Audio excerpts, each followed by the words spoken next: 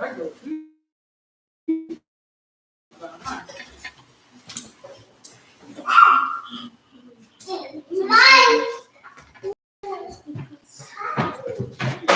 right, y'all. We give praise, esteem, and honor to the living Elohim in the name of Yahushua HaMashiach.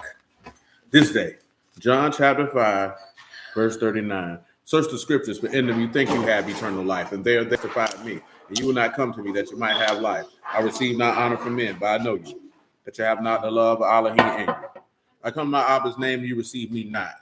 If another shall come in his own name, him you will receive. How can you believe which receive honor one from another, and not the honor that comes from Elohim only? Do not think that I will accuse you to Abba. There's one that accused you, even Moses, in whom you trust. Had you believed Moses, how should you believe my words? All praise and esteem and honor to Abba and Shammai. In the name of Yahushua Fish. Be not you envious against evil men, neither desire to be with them. By understanding is it established, and by knowledge chambers be filled with all precious and pleasant riches. A wise man strong, yea, a man of knowledge increase strength.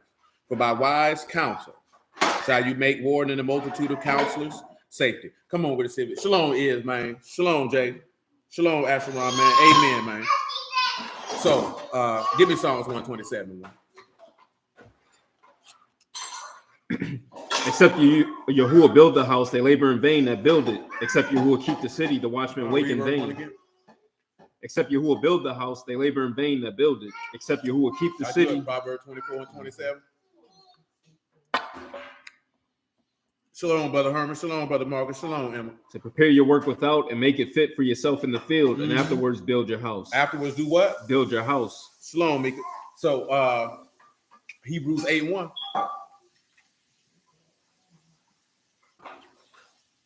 Now the things which we have spoken, the sum, we have such a high priest who is set on the right hand of the throne of the majesty in Shamahim, of the sanctuary and of the true tabernacle which the Lord pitched and not man. Who pitched it? The Lord. Who pitched it? The Lord. Okay. Now come back and read me Proverbs 24 and 3 one more time, and we're going to go ahead and get this part started. Say it. What's happening with you? Through wisdom is a house built, and by understanding it is established. And by knowledge, what's going to happen? Shall the chambers be filled with all precious and pleasant riches. Tell me what wisdom is right there, man. Tell me if it's Coke Mars Sakal right there, man. Let's see what we got going on. Hey, Joanne. That's Coke Ma. So a house is built by skill. Give me Exodus 31 and 1. And Yahuwah spake unto Moses, saying, see, I have called by name Bezaleel, the son of Uri, the son of Hur, of the tribe of Yehuda. And I have filled him with the Ruach of Elohim and wisdom and an understanding. You filled him with what? The Ruach of Elohim and wisdom and understanding. Tell him what Bezaleel mean, man. He got wisdom, understanding, and knowledge. We're going to see what he got it for. That is in the shadow of... For the law having a shadow of good things to come, not the very image of the things. A shadow. Having a what? A shadow. Of what to come? Good things to come. Okay. And not the very image of the things can never, with those sacrifices which they offered year by year, continually make the comers their own. Good. Come on back. Who spake unto Moses, saying, see, I have called by name Bezaleel, the son of Uri, the son of Hur, of the tribe of Yehuda. What's good, so? Shalom, Brother Marvin. You from the tribe of who? Of Yehuda. And he filled them with what? The Ruach of Elohim. And then what? And wisdom. And then what else? Understanding. And then what else? And then knowledge. And all manner of what? Of workmanship. Tell them what workmanship is, man.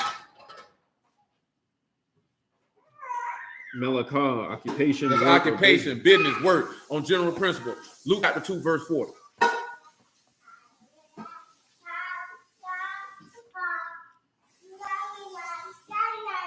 And the child grew and waxed strong in wisdom, and the mercy of Elohim was upon him. Now his parents went to Jerusalem every year at the feast of the Passover. And when he was 12 years old, they went up to Jerusalem after the custom. As they returned, the child Yahushua tarried in Jerusalem, and Joseph and his mother knew not. But they, supposing him to have been in the company, went a day's journey, and they sought him among kinsfolk and acquaintance. Found him not, they turned back again to Jerusalem seeking him. And it came to pass that after 3 days, they found him in the temple, sitting in the midst of doctors, both hearing them and asking them questions. And all that heard him were astonished at his understanding and answers. And when they saw him, they were amazed. His mother said unto him, son, why you thus? Behold, I have thought you sorrowing. And he said unto them, how is it that you sought me? What you looking for me? How you looking for me? Know you not that I must be about my Abba's business? He must be about his who? My Abba's business. Sound like he got to be about all manner of workmanship, business and occupation. I just wanted you to hear that there, man. I'm going to ask you this question. I know you know the answer to this question. I just needed to be put out there on the record, man. What was the Lord's occupation? Who on this screen can tell me what the Lord's occupation was? Hey, I'm a hey your butt. Give me Mark 6:1.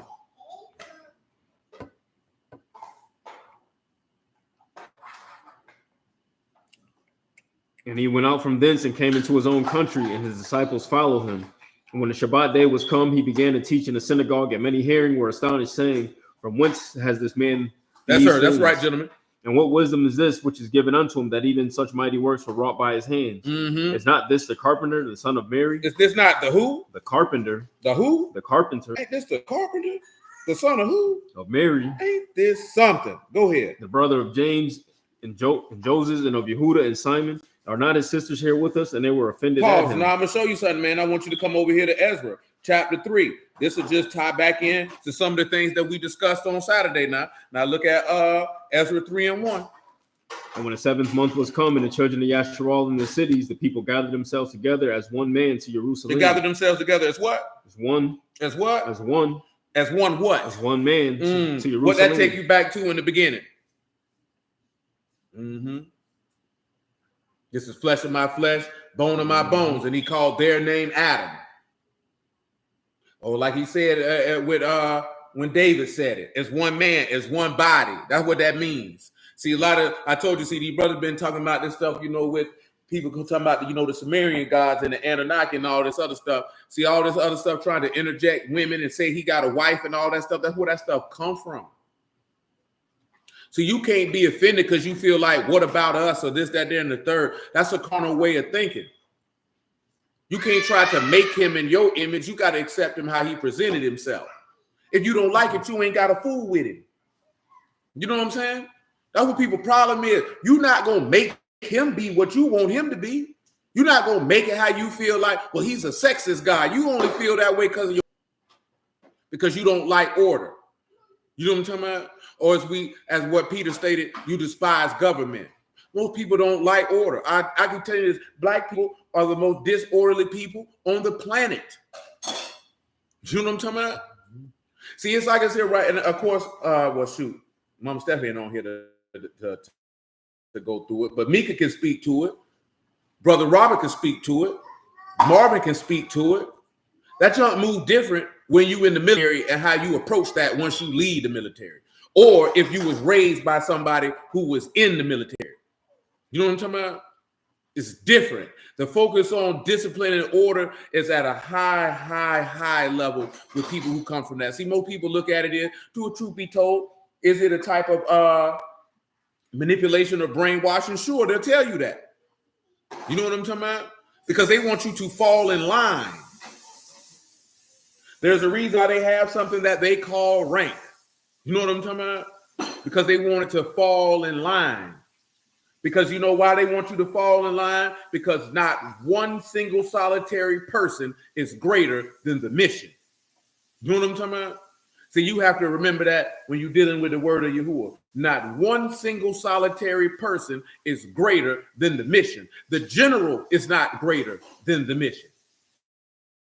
You know what I'm talking about? This is what Yahuwah was imparting to Moses, which Moses imparted to Yahushua son of Nun, that even the Lord himself told his apostles as it pertained to him, and then imparted to them that no one man is greater than the mission.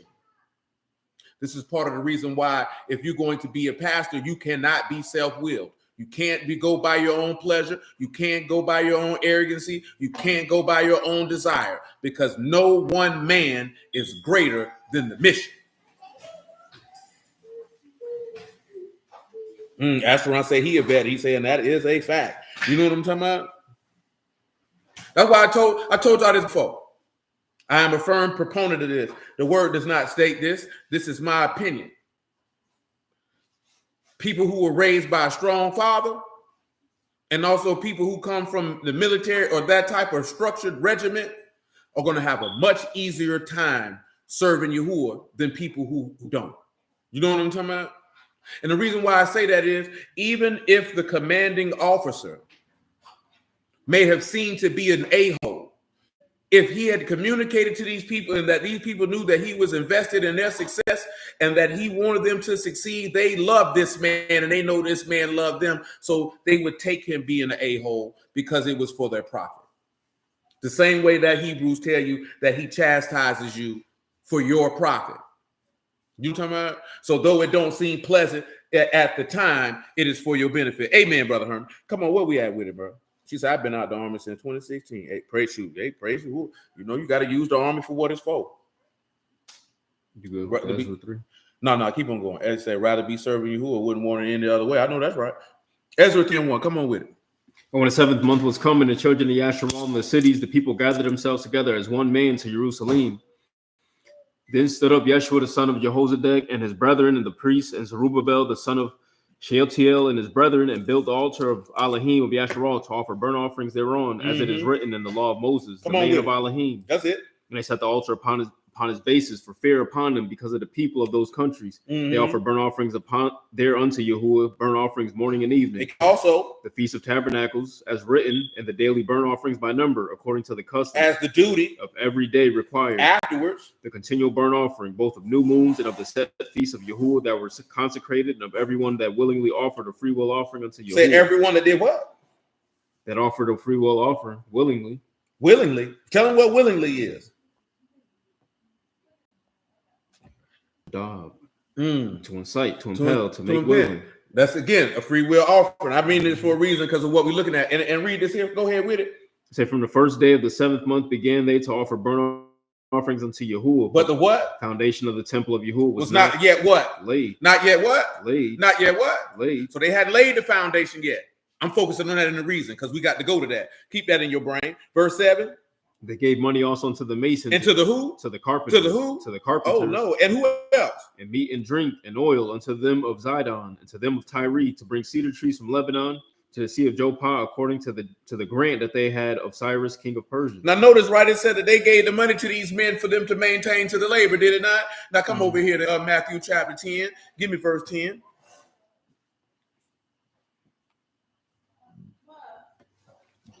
Say, nor script for journey, neither 2 coats, neither shoes, nor yet stays for the work. Back it up to 7 then. And as you go preach, saying, the kingdom of Shamahim. I don't want to leave nothing out. These 12 Yahushua sent forth and commanded them, saying, go not in the way of the Gentiles, and into cities of Samaritans enter you not, but go rather to the lost sheep of the house of Yasharal. And as you go preach, saying, the kingdom of Shamahim is at hand. Heal the sick, cleanse the lepers, raise the dead, cast out devils. Freely you have received, freely give. Provide neither gold nor silver nor brass in your purses. Why? Nor scrip for journey, neither 2 coats nor shoes nor yet staves. For the workman is worthy of his meat. Pause. Now the laborer is worthy of his hire. We just seen that in Ezra. But see, I wanted you to see that because the Lord was a carpenter and he telling them this. And what do carpenters do? They build the houses. 1 Corinthians chapter 3 and verse 8.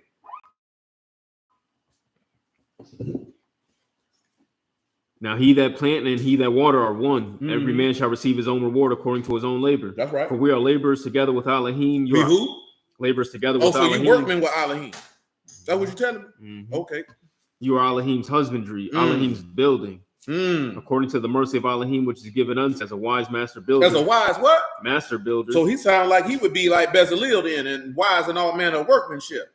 Come on with it. I've laid the foundation, and another built thereon. But let every man take heed how he build thereupon. Okay, now come on back now. Let's go back to Exodus 31 and 1. I told you we're just gonna take our time and dog walk it, man. Just walk it down in a multitude of areas. I think I might focus on verse 6 in Proverbs 24 today, though. Come on with it. And Yahuwah spake unto Moses, saying, see, I have called by name Bezalel, the son of Uri, the son of Hur, of the tribe of Yehuda. And I filled him with the Ruach of Elohim and wisdom and understanding and in knowledge and all manner of workmanship. To do what? To devise cunning works. Tell him what devise cunning works is, man. He wanted him to devise cunning works to work in gold, silver, and brass. To devise is kashav. That's to put together, to calculate, right? Cunning works is like a shabal. That's thought, device, plan, or purpose. So he said he got him to calculate a plot, plan, and device. What is this plot, plan, and device? And he wants him to do this plot, plan, and device with gold, silver, and brass. Read verse 5, man. And in cones to set, and in carving of timber to work in all manner of workmanship. Mm-hmm. And I behold, I have given with him Aholiab, the son of Ahisamach of the tribe of Dan, and in the hearts of all that are wise-hearted I have put wisdom, that they may make all that I have commanded you. The tabernacle, of the congregation, the ark of the testimony, and the mercy seat thereupon, and all the what? Furniture of the tabernacle. Tell them what the furniture of the tabernacle is. That means it's wise-hearted men's job to be able to craft and mold and create these things. That's Kali, an article, a vessel, implement. An article, a vessel, a utensil. With that being said, what it is, man. 2 Timothy. What is it? First Timothy chapter 2, verse 2. Let me see what it is, man. I ain't got time to be messing around. It's definitely not first. It's 2 Timothy chapter 2, verse 19. As good as at 19 that I desire, that might not be it. Yeah, 19 is fine. You know what? You can make it 14 just because that's how I feel. 2 Timothy chapter 2, verse 14. Of these things put in remembrance, charging before them not about words to no profit, to the subverting of the hearers. You got to remember that, man. What sense does it make for you to sit back having contention about words and it subverts the hearers, man? What subverting mean? He say to no profit. It ain't no goal, no benefit of what you're doing. You got to sit back and look at, man, anything you do for Yahuwah, it has to be some type of gain that comes from that. And not a gain that comes from that is forth as a gain for you, but a gain for the furtherance and pushing of the esteem of your Father in heaven through Yahushua HaMashiach. And whatever you doing, if the profit thereof don't point to the esteem of him in heaven, you just wasted your time. You shouldn't even partook in that endeavor. It was dumb. Go ahead. That's catastrophe. That's catastrophe. It's overthrow, destruction. You're going to destroy the people who listen when you sit back listening to niggas and they arguing about words for nothing. The hearers get destroyed. Continue, verse 15. Study to show yourself approved. Remember, he ain't talking to everybody. Study to show yourself approved to who? Unto As what type of person? A workman. A who? A workman. Now, you just seen if you a woman, that man going to fill you with all wisdom, knowledge, and understanding, and all manner of workmanship to be a wise master builder. That is not a passage for everybody. He said that junk make you astray. Your soul from the... Yeah, indeed it do. I know everybody like to read. Study to show yourself approved. He's not talking to everybody. Remember, he's writing Timothy. Timothy is a preacher. Everybody is not a workman. If you were a workman, he said all that are wise-hearted. That means you're going to have knowledge, wisdom, and understanding in the ability to build this man's house. Having the ability to build this man's house is not your ability to rattle off precepts like a machine gun. Having the ability to build this man's house has nothing to do with your ability to destroy somebody's doctrine. Having the ability to build this man's house has nothing to do with you having incessant and continual arguments day in and to build this man's house is giving the individual person the tools to be conformed into the image of the pattern that he showed you in the mount. Yeah, that's what that is, man. Everybody don't have that. We can't read a verse where this man say, ask to send laborers into his harvest. For the harvest is plentiful, but the laborers are few. And everybody is a wise master builder. You lying to yourself. You're lying to yourself. You know what I'm saying? I ain't even look at the video. It's a goddamn fool in Baltimore standing outside talking about that was Bible prophecy for that bridge to collapse. Now, see, he's an apparent and obvious jackass. You know what I'm talking about? But there's some who are even more subtle that they don't know what they're doing. You got men who will tell you they don't know what they're doing, but still try to build at the same time. Let me tell y'all something, man. And the word is one of those things, man. The word is not something that you just figure it out as you go. Shalom, Brother Ernest. It's not. Then I did read the verse. He said, that in many counselors there is safety, and then make war. Man, one of the wisest things that you can ever do is that if you're deficient in something, is to go find somebody smarter than you and ask them to show you how to do it. Swallow your pride and go ask somebody to teach you how to do it. You know what I'm saying? Shalom, Brother Yedadiah, man. Simple as that. You know what I'm saying? Now, there's some things as a man, you got to work them on out. But a lot of things, man, if you don't know what you're doing, it is detrimental to you. And if anybody under your charge, if you don't know what you're doing and you just going to wing it or fake it till you make it, you're going to be what it said that subverting was. That's going to be a catastrophe for everybody under you. You can't turn around and look at people and say, I love and care and invested in your success when you would be willing to take them through potential catastrophe because you don't want to say, I don't know what I'm doing. Let me find somebody who do. And that is what a multitude of people are doing with their word, man. You don't know what you're doing. And you're willing to destroy any and everyone you come in contact with as you figure it out. That is insane. Come on, read that again, man. Verse 15, man. One more time. 2 Timothy chapter 2. Study to show yourself approved unto Elohim, a workman that need not to be ashamed. A workman that need not to be what? Ashamed. Notice when you studying to show yourself approved, tell them what study means, man. Who got the remote?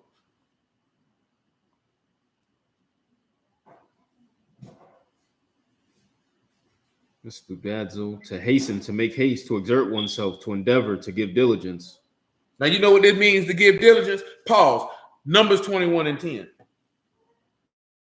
I'll show you what that is out your law. Numbers 21 and 10. And the children of Yasharal set forward and pitched in Oboth, and they journeyed from Oboth and pitched at Jebarim in the wilderness, which is before Moab, toward the sun rising. From thence they removed and pitched in the valley of Zered. From thence they removed and pitched on the other side of Arnon, which is in the wilderness that come out of the coast of the Amorites. For Arnon is the border of Moab between Moab and the Amorites, wherefore it is said in the book of the wars of Yahuwah, Go ahead. what he did in the Red Sea and in the brooks of Arnon and at the stream of the brooks that go down to the dwelling of Ar and lie upon the border of Moab. That's right. From thence to Beer and that dwell of Yahuwah spake unto Moses, gather these people together, and I will give them water. Come on. Then Yasharal sang this song. What song they sang? Spring up, O well. Spring up, O who? O well. Sing to it. The princes dig the well. Princes did what? Dig the well. They did what to the well? Dig the well. What else they do? The nobles of the people digged it by the lawgiver with their staves, and from the wilderness to Matanah. From Matanah to Nahaliah. He say by the law, the lawgiver told him to dig it. Mm-hmm. Tell him what dig it mean, man.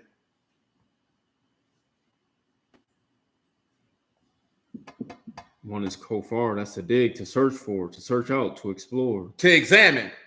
What they doing examining the well at the extraction of the lawgiver? You think this about a well? Notice it said the princes did it or the rulers did it. These men had to search this stuff out and to be able to come through with this stuff, to be able to give this to the people or to give living water to the people, man. They had to be able to, you got to be able to get in there and do the work. See, everybody not willing to get in there and do the work. You understand what I'm saying? And that and you got to be charged by the individual to do that work. You just can't get up one day and say, I'm going to be a preacher. No, you can't do that. You know how you know you can't do that? Because you can read right in Acts chapter 5, where it say many men in those days jumped up and made themselves out to be this, that, there, and the third, and destroyed people. And you can see it out here every day because these niggas trash with the work, man. It's terrible. It's unbearable. It's incorrigibly disgusting. You understand what I'm telling you? But come on back, man. 2 Timothy. 2 Timothy chapter 2, verse 15 again. Shalom, Hashem, man. Study to show yourself approved unto Elohim, a workman that need not to be ashamed, rightly dividing the word of truth. But shun. Profane and vain babbling. Because what they going to do? For they will increase unto more ungodliness. He said don't even participate in them type of conversations. Just lead to more unfaithfulness. Come on with it. And their word will eat as doth a canker, of whom Hymenaeus and Philetus. Who concerning? The truth have erred, saying that the resurrection is past already. Overthrowing. The faith of some. Nevertheless. The foundation of Elohim stands sure. Having this seal. The Lord know them that are his. Let everyone. That name the name of Mashiach. Let them do what? Depart from iniquity. Okay, but in the great house there are what? Not only vessels of gold and of silver. Hold on. Didn't we just see that this man said that he was all skilled in all manner of workmanship and vessels of gold and silver and brass? We get into, I'm getting to something. Just bear with me. And I say, I might not make this an extended stay. You understand? If I perceive that I done hit my limit on what we got to discuss, we gone. Because by the grace of the Lord, we'll be back tomorrow afternoon, Monday, Tuesday, Wednesday, Thursday, Friday, twice on Saturday, Sunday, Monday, probably not Tuesday. You know what I'm saying? Maybe Tuesday. I can't recall. I have to look at the day. And then back on Wednesday again. You know what I'm talking about? So yeah, I'm not finna just be dragging stuff out for the sake of it. Continue, good sir. Verse 20 from the top. But in a great house there are not only vessels of gold and of silver, but also of wood and of earth, some to honor, some to dishonor. If a man therefore purge himself from these, he shall be a vessel unto honor. He should be a vessel of unto what? Unto honor. What's that? A vessel unto honor, sanctified. Paul, we're going to see something about these vessels being sanctified. You understand? Come on with it. And meet for the master's use, prepared unto every good work. See, Paul, meet for the who? For the master's use. See, this goes back to the conversation we had about how some of the gifts are serving and things of that nature. Remember that? Paul, this is where you at. I got you, good sir. You ain't got to go nowhere. Y'all remember this right here in Romans 12? Let me see if y'all remember this right here in Romans 12. That's not Romans 12. That's 1 Corinthians 7. That ain't going to do you no good. But this Romans 12.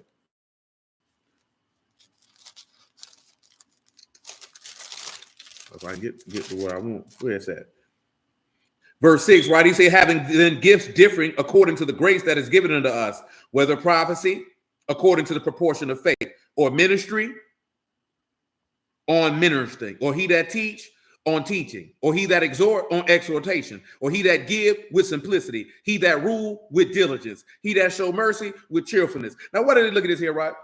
Everybody ain't gonna have the gift to be, shalom, Amuna, shalom, brother Omar. Everybody ain't got the gift to be a prophet. But if that's something he give you, that's what he give. But look at, he said one of the gifts of God is that niggas don't focus on. That's being a servant. See, you can't be a servant, but serve according to your desires. That means you're not a servant. See, like I said, we talked about this a couple weeks ago. Niggas don't like to talk about that's a gift of God. Do you not realize that was a gift of God? Moses was a servant. What you think Yahushua son of Nun was? What you think the Levites were? Why do you think he said the Levites got the things that they got? Because they performed the service. That wasn't a benefit to them. They actually were making a sacrifice to do that for you. That's why he said that. You know what I'm talking about? Do you not understand that? You realize that Mordecai was a servant? What you think the Lord was? Yeah, I didn't come to be served, but to serve. You know what I'm talking about? Then look at the next thing he got. He said that's a gift to teach. That's the everything. He said it's a gift to exhort. You know what it means to exhort? Have y'all forgotten what it means to exhort? Now, I'm going to tell y'all something. Just on general principle. Exhortation is not something that is gender specific, if you would.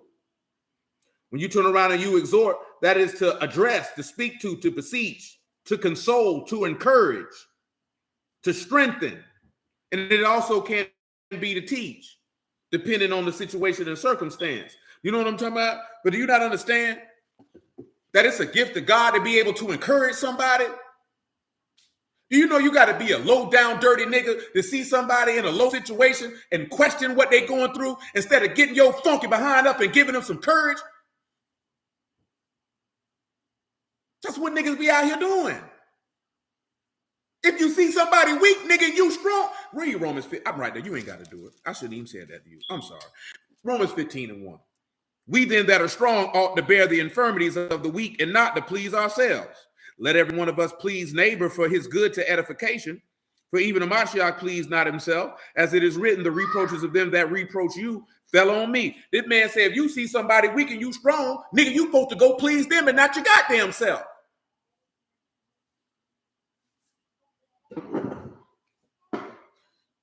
When you look at, he said, let him give. Obviously, we talk about that. To be able to give to those that are without is a gift from God. We don't look at it that way. Do niggas talk about that's a gift from God? Is that a conversation that's had? No, niggas don't talk about that. Only give niggas talk about it. Prophecy and teaching. That's the only thing niggas want to talk about. Then he say, of course, to rule. Let's see what rule means right now.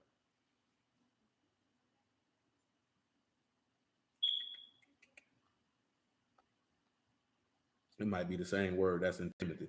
It is. That's to be set or placed before, to be set over, to superintend, to preside over, to be a protector, a guardian, to give attention to rule. And he said, and if he give you this gift to do that, yes, it do pertain to the house, as far as rule is concerned. He say, do that with diligence. That's with haste, with earnest and accomplishing, striving after anything, to give all diligent, interest oneself most earnestly.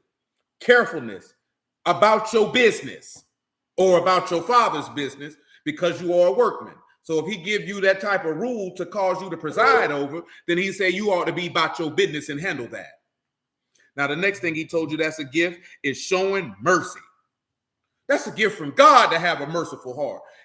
Read Matthew 5:1 real quick, like, man. I just want you to hear what the Lord got to say about mercy. We're going to read all of them. I don't care. You know what I'm talking about? You ain't got nowhere to go. And if you did, you're going to miss out. I'm going to tell you like the Lord told you. Take your rest. Because see, y'all lucky I ain't a nasty nigga. You know what I'm talking about? What I mean by that is, because I know some of you niggas don't be paying attention. You know what I'm talking about? And you lucky I ain't the type of nigga to go back and say, I'll delete all these damn videos off of here. You won't find nothing. You won't be able to go back and say, I'll watch the replay because it won't be one.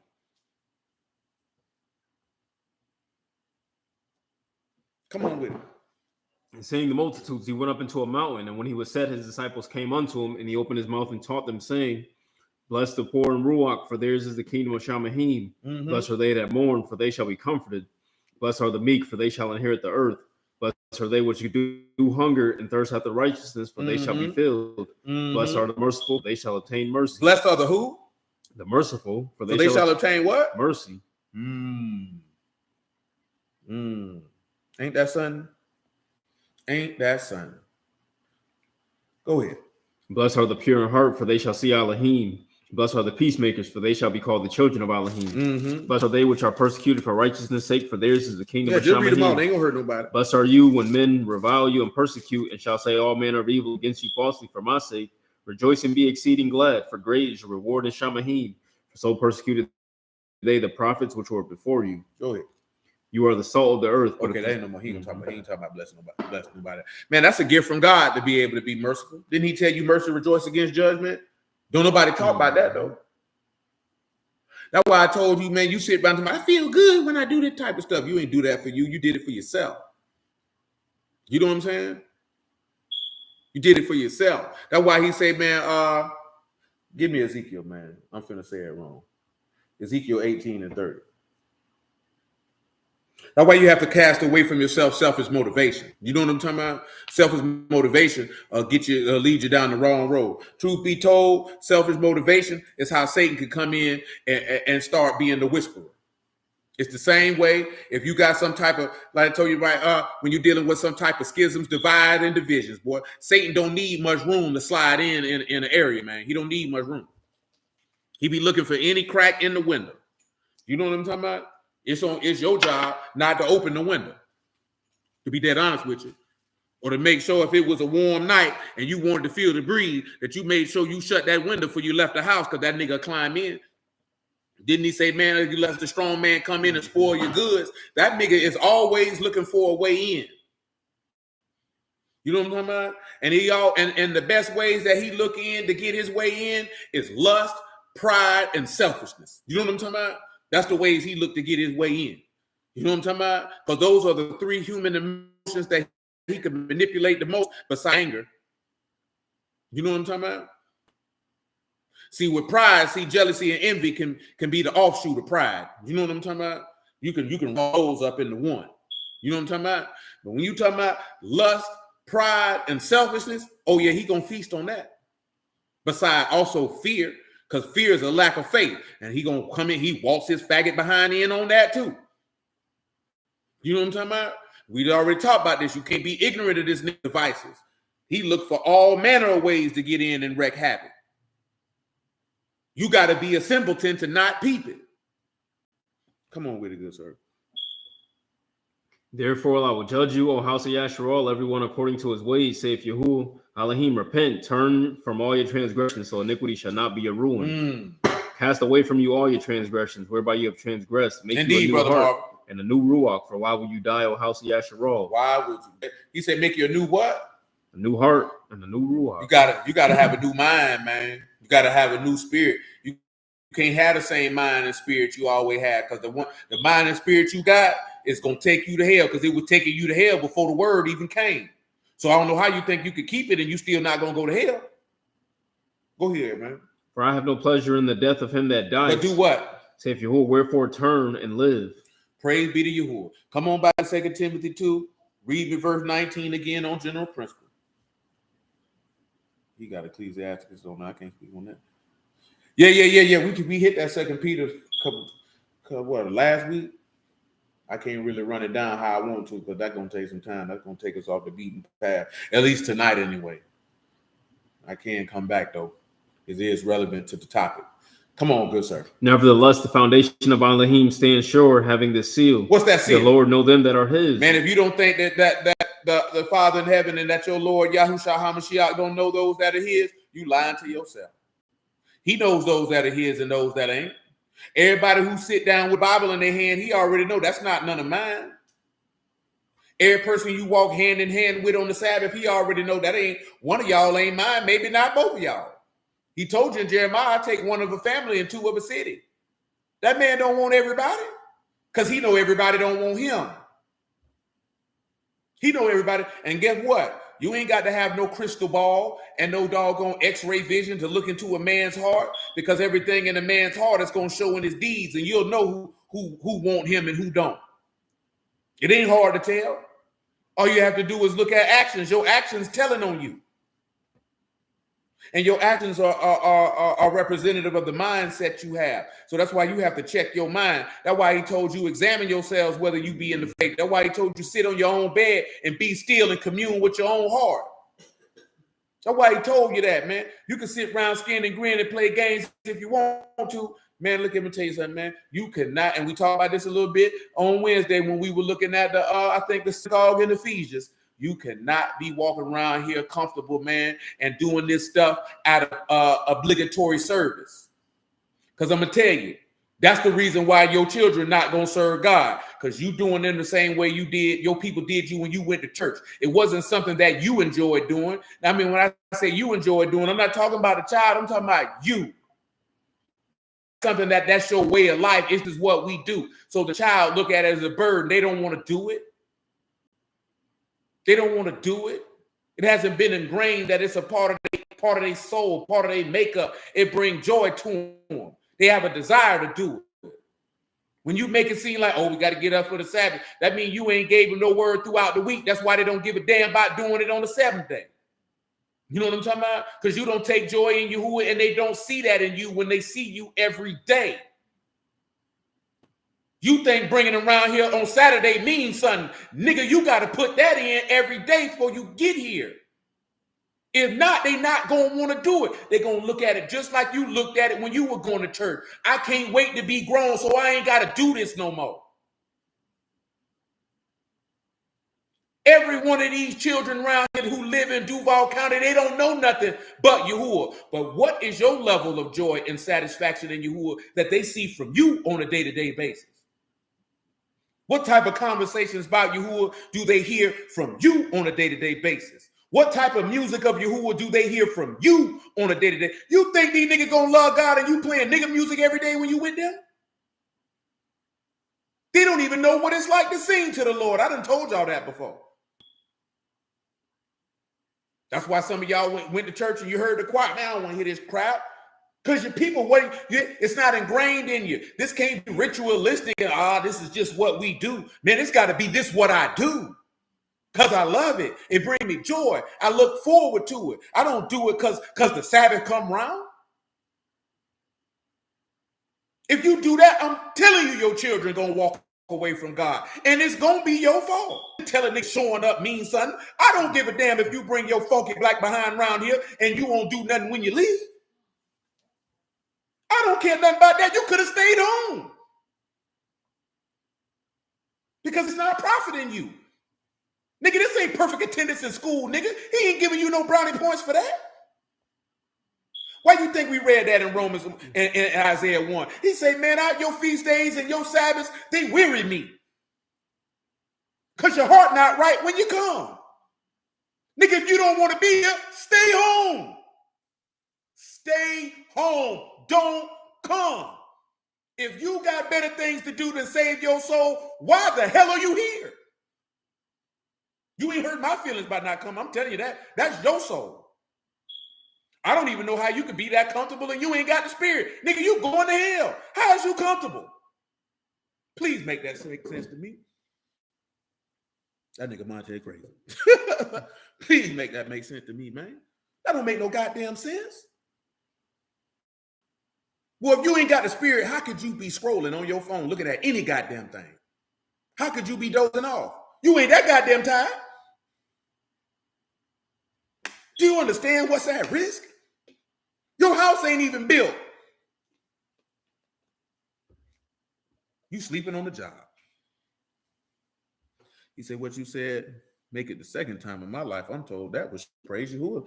Check him out, what he talking about there, my G. You got to think about that, man. And some of y'all know I done told people that I don't care nothing about you showing up don't mean nothing, man, if you ain't going to show up when you leave, man. You know what I'm saying? And you ain't showing up for me. This for you. This not for me. How is you showing up benefiting me? That's not benefiting me. You showing up for your soul, but you got to show up when you go home, man. You got to show up for them kids, man. If this is what you want them to do. Most of our children, I told y'all this before, most of these kids go to school with center churn. Man, what type of godly environment is in your home to compete with the pool of them center churn in the world, man? I done told y'all that before. It ain't like I ain't never said it. Shoot, you ain't got to listen to me. I know most of the time y'all just say, oh, that nigga just be talking. But you'll listen now, and you're going to believe me later on. You can bet your funky black behind on that. You can bet your black behind on that because I don't just be talking. You know what I'm talking about? Because if I only speak when I got something to say. If I ain't got something to say, then I ain't talking. So if I say something to you, that means I meant it. You know what I'm talking about? And I meant it because I could see it. I know what's going to happen. You know how I know what's going to happen? Because the man done told us what's going to happen. It's not some type of level of supreme wisdom and understanding that I possess. This man done told us what's going to happen. You got to know how the game goes. Then you have to draw from your own life experiences and what you've seen and what you've experienced. Most of y'all went to church. Most of y'all had peers who went to church. You know the mindset them kids had. Come on, man. Read verse 19 again. Nevertheless, the foundation of Elohim stands sure, having the seal. The Lord know them that are his. Let everyone that name the name of Mashiach depart from iniquity. Mm-hmm. But in a great house there are not only vessels of gold and of silver, but also of wood and of earth. Meat for the what? Some to honor and some to dishonor. That's right. If a man therefore purge himself from these, he shall be a vessel unto honor, sanctified, meet for the master's use. Prepared to what? Unto every good work. What you need to do? Flee also youthful lust. Flee youthful lust. How is your grown, rusty behind still fool? Amen, Jedediah, with the same desires you had when you was young. What the hell is wrong with you? Grow up, nigga. You ain't got no business thinking with no youthful mind. You a grown man. You got wives and kids, man. Let me not say kids. Y'all ain't got no Billy Goats. Y'all got children. You know what I'm saying? You can't be running after the things you desired when you was young. Grow up. What's wrong with you? Come on with it, man.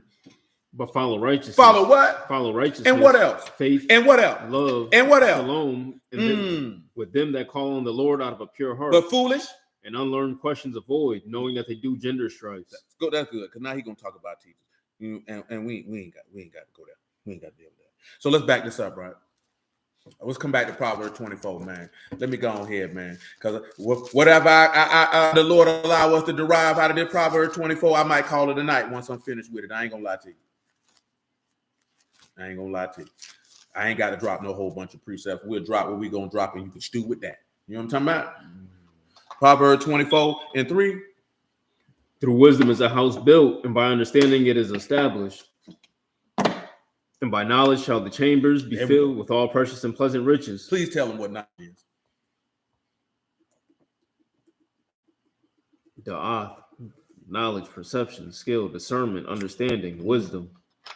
The knowledge of God, if you would. Go ahead and tell them what the chambers is, man. Ooh, my back still so, boy. I gave him 200 more pull-ups today, nigga. That's kader, a chamber, a room, a parlor, the innermost or inward part. The innermost, the inward part. Give me Psalm 51:3, because that's just what it is today, man. Yeah, Psalm 51:3. Come on with it, good sir. For I acknowledge my transgressions, and my sin is ever before me. Against you only have I sinned, and done evil in your sight. I only sinned against you, baby. That you might be justified when you speak, and are you fair righteous when you talk? Behold, I was shapen in iniquity, and in sin did my mother conceive me. Sure did. Behold, you desire truth in the inward parts, And the inward part. and in the hidden you shall make me to know wisdom. Make me know wisdom then. Purge me with hyssop, and I shall be clean. Wash me, and I shall be whiter than snow. What else, David? Make me to hear joy and gladness. The bones you have broken may rejoice. Hide your face from my sins and blot out all my iniquities. Create in me a clean heart, O Elohim. Renew a right ruach within me. What else? Cast me not away from your presence. Take not your Kadash ruach from me. What else? Restore unto me the joy of your salvation, and uphold me with free ruach. Come on. Then I will teach transgressors your ways, and sinners shall be converted unto you. Sinners will be what? Converted unto you. I still got to work this Psalm 19 in a little bit too. Come on. Say, deliver me from blood guiltiness, O Elohim. Hold on, I think I missed what I wanted. That's my bad if I just ain't catch it. Because I was thinking about the next place I was finna go. Just hold on. That might be my bad. If it's not, it's in Psalm 25.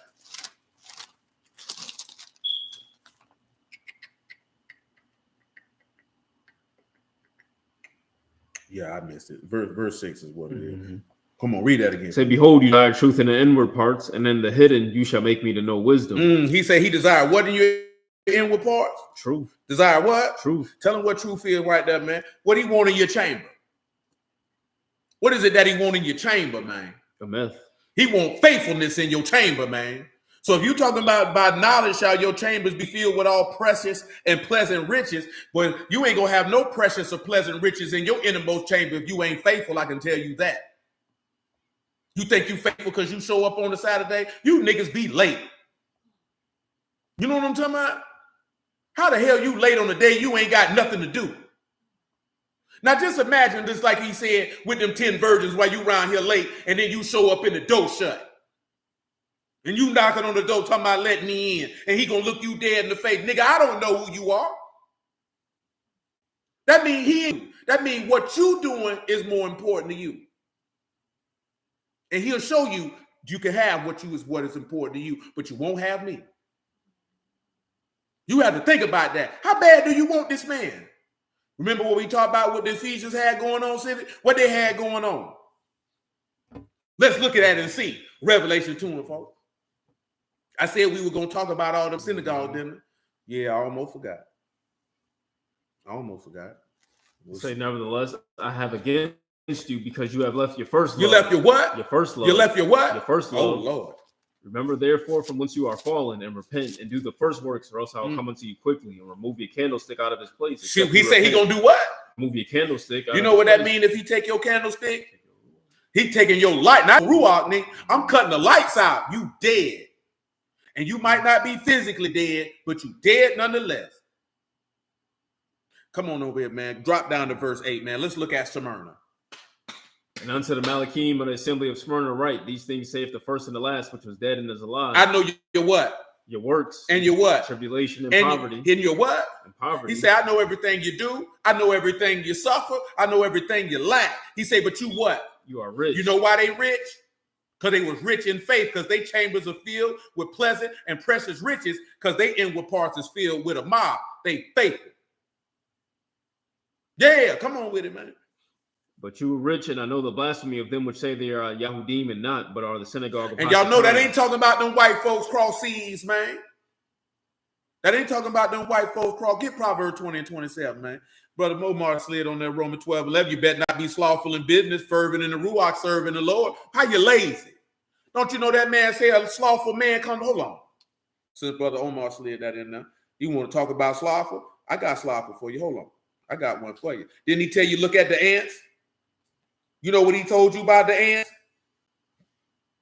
Hold on, let me read Proverbs 6, what he told you about them ants. It's the same stuff I was telling y'all last week about why I'm not finna sit around and tell you need to do this and you need to do that, and you've been taught the word. What I'm gonna do that for?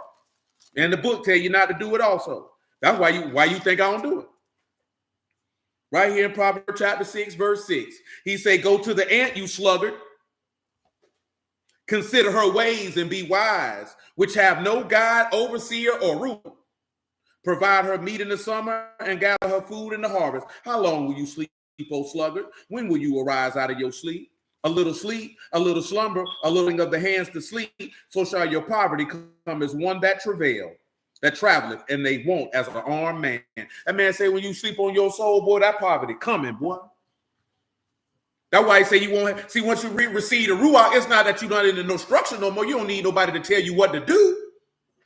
When you need somebody to tell you what to do as it pertains to the word, that's proof positive that you don't have the Ruach HaKodesh. Because the word is not in you. And you waiting for somebody to tell you what to do. As it pertains to what you're supposed to be doing in the word. You should not need that. I'm not talking about I want to do this. I'm talking about what the word tell you to do. Meaning when you get in a situation, you know what to do because the word tell you what to do because it's in your heart. If you ain't laying up the word in your heart, man, the word ain't gonna never tell you what to do because it ain't there. Now, whose fault is that? See, at the end of the day, and that's why I read y'all that Acts chapter 20 on Wednesday. I have not shunned to declare anything that is profitable to you. So what you lack, that's your fault. You won't put that on me. You're not going to blame that on me. You ain't going to point no finger at me. That's your fault. You have been instructed very well. You know what I'm talking about? And I don't say that out of no pride. I say that as a matter of fact. You understand what I'm telling you? 12 years. You have been taught very well. There is a multitude of resources as the word as it pertains to you going back to looking at what we done went over. And then you could call me directly. So you have no excuse on why you have not done why it is what it is that you're supposed to do. Let that be known. Shalom, brother Eric, man. Let that be known. You understand what I'm telling you? Where we at with it, Sylvia? Read verse 9 again, Revelation 2. We might have to slide to Pergamos. He just gave him a little warning with Smyrna. Because truth be told, he ain't go off on Smyrna neither. You know what I'm saying? He ain't really go off on them neither. Come on with it. He said, I know your works in tribulation and poverty, but you are rich, and I know the blasphemy of them which say they are Yahudim and are not, but the synagogue of So remember, they tell you this in Isaiah 66, man. Remember, he said, you of your father the devil, and the lust of your father you will do. This ain't got nothing to do with no white folks, man. It's got those to do with those who proclaim to be Yahudim, to claim that they the sons of the living God. But you do the lust and the works of the devil, though. Come on, man. Verse 10, listen what he say, fear what? None of those things which you shall suffer. Behold, the devil shall cast of you into prison. That you might be what? Tried. And you shall have what? Tribulation 10 days. But be faithful unto what? Death. And what he gonna give I will you? give you a crown of Let life. Yahuwah be esteemed. Come on with it. He that have an ear, let him hear what the Ruach saying to the assemblies. He that overcomes shall not be heard of the Now see, what are you dealing with Smyrna? Smyrna was dealing with some level of persecution. He was letting them know there was a reward for their persecution. Just hold tight and be faithful, baby. Because he desired truth in your inward parts. He desired faithfulness. That's what he desires. If you ain't got faithfulness in your chamber, he say wisdom is builded by your house is builded by wisdom and understanding is it established. That means understanding is the foundation of the house. Wisdom is what you use or your skill to build it. And then by your knowledge, you can fill the inward parts of the house with pleasant and precious riches. He said, I know your what? Your works. And where you dwell. And where Hashatan. Seat. And you hold fast my name. And have not what? Denied my faith. Even in those days. Where Antipas was my faithful martyr who was slain among you. Wherefore he said, but I got a few things against you, because you have there them that hold the doctrine of Balaam. You got the doctrine of Balaam. You taught Balak to cast a stumbling block before the children of Yasharal, to eat things sacrificed on the idols and to commit. Now see, we talk about Balaam. You got Balaam. See, that's when they were talking about that stuff with Enki and Enlil and all that other stuff. That's Baal. See, when you fooling with Baal, you fooling with Jezebel. See, Jezebel ain't no freak hoe. See, a freak hoe is just a freak hoe. So I know people like to call promiscuous and half-dressed women Jezebel. That ain't no Jezebel. Y'all know that, though. Go examine the word. Jezebel was a woman who desired power and authority. She was a usurper. She despised government and hated the service of God. And she sought to slaughter the service of God in order to cause the children of Yasharal to worship Baal. That's what she did. So while you looking at a hoe calling her Jezebel, the real Jezebel slipping right on by you. See, the real Jezebel tell you God got a wife. The real Jezebel will tell you God got a feminine side. The real Jezebel will try to elevate herself to your equal in order to rule and dominate you. That's what the real Jezebel, in order to exert her will over you. And you'll be weak enough to let her do it. Like Ahab did. See, some women hear, that sounds like you hate women. No, I hate wicked women. Let that be known. I don't like a wicked woman just like I don't like a wicked man. We ain't got no respect of persons with it come to that. If you a goofy man, I don't fool with you. And if you a goofy woman, I don't fool. Get your wicked, faithless, unbelieving behind from around here. Because all you trying to do is overthrow souls. We know what you doing, hoe. I call you a hoe because you're unfaithful. Because that's what hoes do. They ain't faithful to nobody. Zana, that's a harlot, ain't her? Ain't that what it means? She unfaithful. Okay. It makes sure I ain't crazy. You know what I'm talking about? Let's go. It says, so have you also them that hold the doctrine of the Nicolaitans, which I hate. We just talked about Nicolaitans, didn't we? We ain't got to talk about them no more. Say, repent, or else I will come unto you quickly and will fight against them with the sword of my mouth. So what they had going on in Pergamos, they was fooling with Baal and Nicolaitans in there. You know what I'm talking about? They were fooling with idols in there. Come on, man. He that have an ear, let him hear what the rocks answer the assemblies. To him that overcome will I give to eat of the hidden manna. And we'll give him a what? A white stone. And in the stone, a new name written. With what? Which no man knows, saving he that received. Might as well finish theatrical on that, man. What happened? How many did it? That 1, 2, 3, 4. We'll have 3 more behind us here, man. We might as well. Ain't gonna hurt And nobody. unto the Malachim of the church in theatrical, write these things, saith the Son of Allah. Whose eyes? Like unto a flame of fire. And his feet. Like fine brass. I know your works in love and service and faith. And your patience. And your works. And the last more than the first. That man say your last works is greater than when you started. Now, how many of y'all can say your last works are greater than what it was when you started? Come on. Say, notwithstanding, I have a few things against you. Because what you done did. You suffer that woman Jezebel, which calls herself a prophetess, to teach and to seduce my servants. You done let this funky hoe come in here and persuade my people. And to eat things sacrificed unto idols. And why you let this funky hoe come in here and do that? And I gave her space to repent of her fornication, and she repented. I told this to stop, and she wouldn't stop. Behold, I will cast her into a bed, and let them that commit adultery with her. I'm gonna kill this hoe and you too. Into great tribulation, except they repent of the deeds. And what else I'm gonna do? I will kill her children. I'm killing your children too. And all this assembly shall know that I am he which searches the reins and hearts, and I will give unto every one of you according to your works. Everyone according to your what? To your works. According to your what? To your works. According to my desires. Your works. That man say, I'm gonna give you what you earn. That man say, you want to fool with Jezebel and eat things sacrificed to idols and play games with other gods? I'm going to kill her, I'm going to kill you, and I'm going to kill your children. Man, what type of God going to do that? The type of God that said, don't play with me. I hate you whole niggas who always screaming that type of stuff, man. What type of God would do that? The type of one that said, don't play with him. If you ain't want no problems with that, you shouldn't have got down with him. That's what's wrong with you niggas. You want to do wrong and think somebody's supposed to give you a pass. You want to be stupid and think somebody's supposed to pat you on your head and say it's gonna be all right when you know you was being stupid from the jump street. You knew what you were doing was wrong. You knew you was out of pocket. I've said it before and I'll say it again. You niggas got more fear for Mr. Charlie. And whatever city you dwell in, when you're speeding, you see the police, you take your foot off the gas. You niggas don't steal because you don't want to go to jail. You niggas don't kill because you don't want to go to jail. You don't do a lot of things because you don't want to go to jail. But when it comes to going to hell, you feel like you can do whatever you want to do. God got to forgive me. What type of God won't forgive me for doing wrong?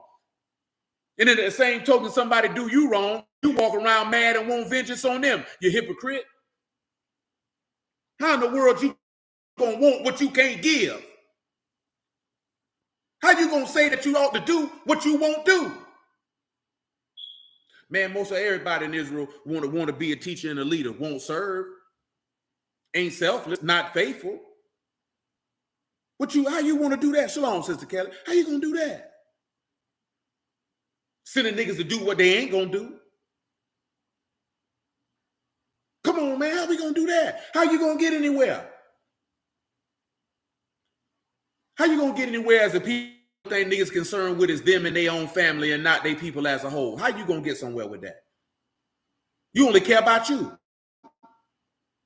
That means you don't care about God. You know why? Because you won't see the Lord when you look at somebody else. That's why I told you, if you only focus on, well, I only deal with these brothers over here, I don't deal with them brothers who fellowship over there, you going to hell. You going to hell. You know what I'm talking about? You know why? Because you'll look somebody and the Lord could be in that man and you ain't going to see him. That's why you're going to go to hell. Because you ain't going to know God when you see him. This ain't no cliques, clans, and crews, man. That's not what this is. And there's too many brews that feel that way. It's too many of these niggas who want to go around and argue all day. Niggas want to go up and run up on Christians and debate. Anybody got time for that? I ain't got time to crush your doctrine. I ain't got time for that.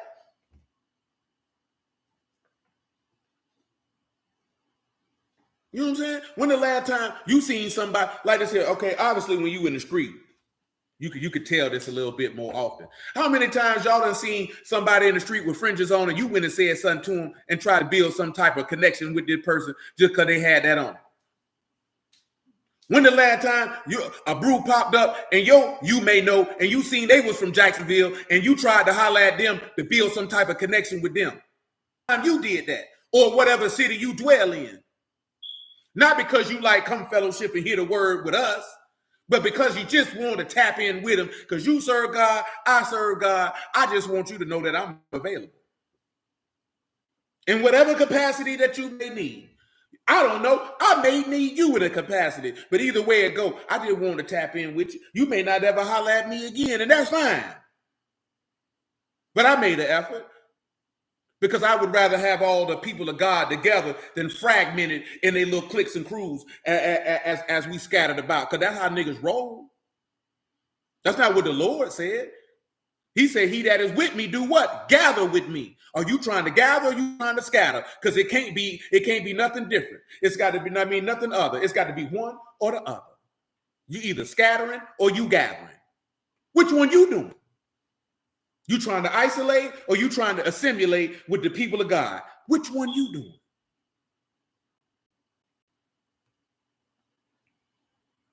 Come on, man. Read verse 18 again. It said, unto the Malachim of the assembly in Thyatira write, these things saith the son of Elohim, who went into a flame of fire and his feet like fine brass. I know your works in love and service and faith and your patience and your works, and the last more than the first. Dang, I had you read all that stuff for nothing, didn't you? You had already read all that. I'm sorry. Verse 23. Revelation 2 and 23. He said, and I will kill the children with death, and all the assembly shall know that I am he which searched the reins and hearts, and I will give unto everyone. He said he searched the reins and hearts, didn't he? I'll tell you the same thing again. He told it to you one way, he'll tell it to you another. Thus saith Yahuwah, curse the man that trusteth man and make flesh his arm, and whose heart depart from Yahuwah. For he shall be like the heath in the desert, shall not see when good come, but shall inhabit the parched places in the wilderness. You going to hell. Salt land and not inhabited. Blessed is the man that trusts in Yahuwah. Blessed is the man that what? That trust in Yahuwah. That do what? Trust in Yahuwah. Amen. Whose hope Yahuwah is. Amen. For he shall be as a tree planted by the waters. Tree planted. You going to be like the tree of life, baby. Y'all know that. And spread out her roots by the rivers, shall not see when heat comes. You ain't going to see no pain. But her leaf shall be green and shall not be careful in the year of drought. No anxiety in the time of lack. Neither shall cease from yielding fruit. And you'll never stop producing peace, joy, long-suffering, gentleness, goodness, meekness, faith. Against such, there is no law.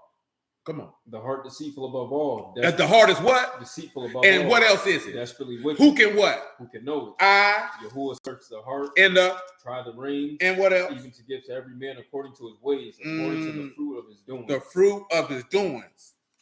Verse 24, Revelation chapter 2. Muffin, come here.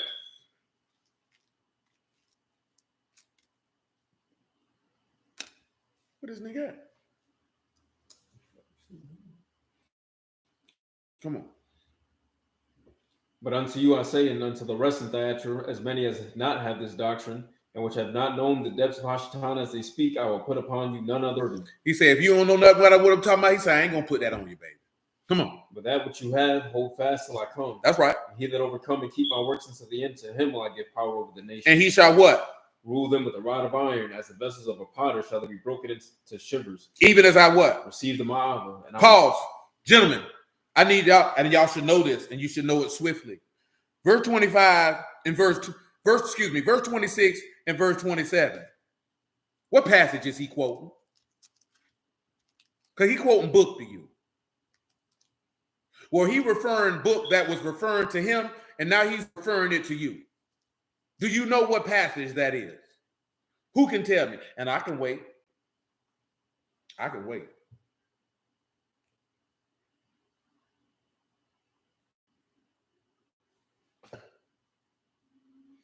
What passage is verse 26 and 27 is he referencing? Don't nobody know? That's unfortunate.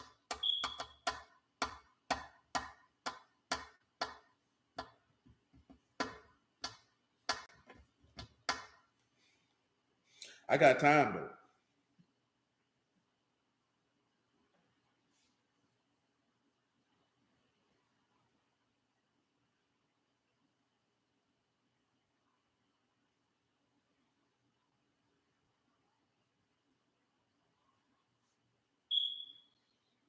There it is. Psalm 2, Civic. Go ahead and run it. Why heathen rage and the people imagine a vain thing? The kings of the earth set themselves, the rulers take counsel together against Yahuwah and against his anointed. Against his who? Against his anointed. Mm-hmm. Let us break their bands asunder, cast away their cords from us. He that sitteth in the Shamahim shall laugh. The Lord shall have them in derision. Then shall he speak unto them in his wrath and vex them in his sword of displeasure. Mm-hmm. Yet have I set my king upon the Kadash hill of Zion. I will declare the decree. Yahuwah have said unto me. I have what? I will declare the decree. I seen you, brother Eric. I've declared the decree. Yahuwah have said unto me, you, my son, this day have I begotten you. You, my son, this day have I what? Begotten you. Ask of me. And I shall give you the heathen for your inheritance. Ain't that what he just told you? So he telling you at this point, he telling those in Thyatira that they would be sons of God if they overcome. What else would he say? In the uttermost parts of the earth, your possession. You shall break them with a rod of iron. And break them? You shall dash them in pieces like a potter's vessel. What else? Be wise now, therefore, O you kings, be instructed, you judges of the earth. He just told you that the same thing he got for becoming a son of God, you'll get. As long as you don't fool with these idols. As long as you don't fool with these idols and you do what I tell you to do. And you follow me faithfully. Let's return where we was at before him. 1 Chronicles 29. We just read that there. I mentioned something, and then we went off on a tangent.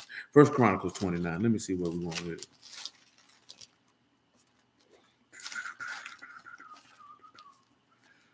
We talked about this a little bit last week. We're going to talk about it in a different fashion. Come on and run me verse 1, man. Furthermore, David the king said unto all the congregation, Solomon my son, whom alone Elohim hath chosen, young and tender, the work is great, for the palace not for man, but for Yahuwah Elohim. Now I have prepared with all my might for the house of my Elohim the gold, for of gold, the silver. You prepared for your house what? Shalom, Brother Robert. Gold and what else? For of gold and silver, for of silver and the brass. For hold on. Ain't that what Bezalel was killed in, man? This was what was prepared for the house. What else was prepared for? And the iron for things of iron, and wood for of wood, onyx stones. And that's what we just read in 2 Timothy chapter 2. These are things that are going to be used for the master's use. What else in that hole? And stones. I ain't even in there. And to be set, glistering stones. Well, tell them what a glistering stone is. That sounds like some stones that shine. You shine bright like a diamond. You used to like that song? They play it in the gym all the time. You used to play it in your car. How many of you niggas got a Rihanna playlist you don't want nobody to know about? Glistering is poop. That's antimony, stibium, black paint. That's an eye cosmetic. Glistering, fair colors. These stones have a diverse color stones is Aben. That's stone. That means these stones sprinkle. Oh, yeah, shoot. I got to transfer some money. He's going to have to wait. Come on. Stones and of diverse colors and all manner of precious stones and marble stones in abundance. Moreover, because I have set my affection to the house of my Elohim, I have my own proper good of gold and silver. I have given to the house of my Elohim, or over and above all that I have prepared for the Kadash house. What else?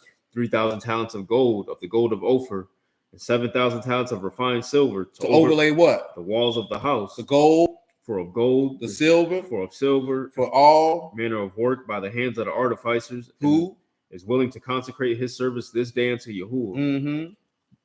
Then the chief of the fathers and princes of the tribes of Yasharal, of thousands and of hundreds, with the rule of king's work, offered willingly, and gave for the service of the house of Elohim of gold 5,000 talents, and 10,000 drams, and of silver 10,000 talents, and of brass 18,000 talents, and 100,000 talents of iron. And they, with stones were found gave to the treasure of the house of Yahuwah by the hand of Jehiel the Gershonite. tell him who Jehiel the Gershonite is. We tell him what Jehiel means. Excuse me. That's what I mean more than anything.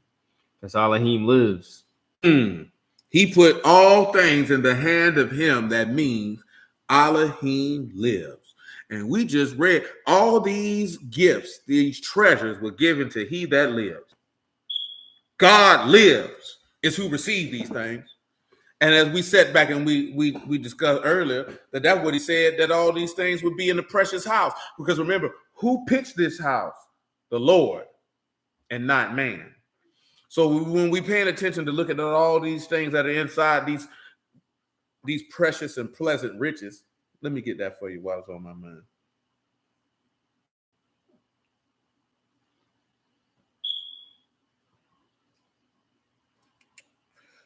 I'll tell you what precious is, man. Of course, it's a word that you should know. It's shakar, yad, kuf, rosh, valuable, prized, precious stones or jewels, glorious and splendid, excellent and fat. In some instances, an honorable woman. And then he say, what are your pleasant riches? And that one there is naim, noon, ayin, mean, pleasant, delightful, sweet and lovely and agreeable, sweetly sounding, What are your riches? Of course, you should know this one here. This is home, your wealth, your riches, your substance. That is which is high value. Hey, oo, and noon. The man with raised arms has secured you to life. That's what these riches are. Proverbs 8. And what it is? Proverbs 8 and what? Tell me what verse. Just start at verse 16. By me, princes rule and nobles, all the judges of the earth. I love them that love me, and those that seek me early shall find me. Riches and honor are with me, durable riches and righteousness. My fruit better than gold, yea. Durable what? Durable riches and righteousness. Durable riches and righteousness. Tell them what durable riches is.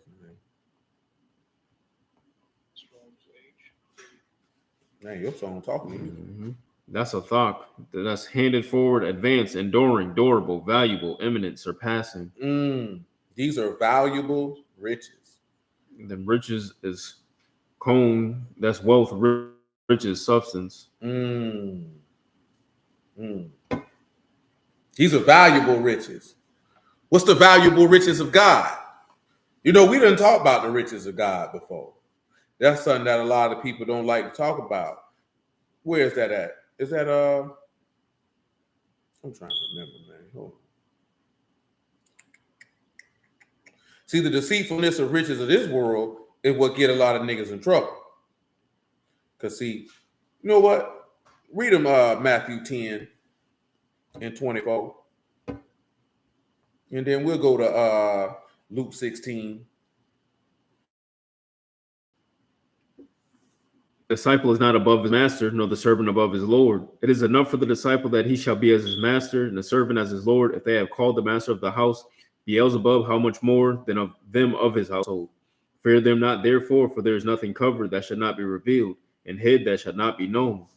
What I tell you in darkness, speak you in light. What you hear in the air, preach you upon the housetops. Fear not them which kill the body, but are not able to kill the soul, but rather fear him which is able to destroy both soul and body in hell. Are not 2 sparrows sold for a farthing? One of them shall not fall on the ground without your Abba. But the very hairs of your head are all numbered. Fear you not, therefore, you are of more value than many sparrows. You're more valuable than them. Whosoever therefore shall confess me before men, him will I confess also before my Abba, which is in Shamahim. But whosoever shall deny me before men, him will I also deny before my Abba, which is in Shamahim. Hold on, what verse again? Let me catch. Oh, I just read 33. Matthew 10 and 33, right? Did we read 24 yet? No, we did. Mm-hmm. I don't even think we read what I wanted. If we did, I just missed it. This nigga had me distracted. Oh, because I told you Matthew and I meant to say Mark. That's why. That's my fault. Mark chapter 10.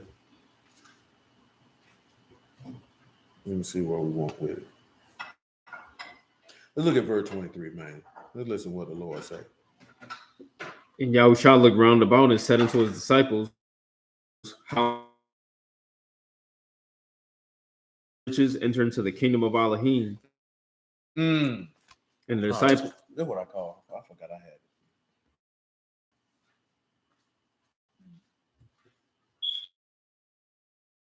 And the disciples were astonished at his words, but Yahushua answered again and said unto them, children, how hard is it for them that trust in riches to enter into the kingdom? How hard is them that what? Trust in riches. That trust in what? In riches. And trust in what? In riches. Oh, Lord. To enter into the kingdom of Elohim. Notice that he said that did what? What? Trust in riches. Hold on, man. He didn't say trust. Tell him what. Tell him what trust means right there.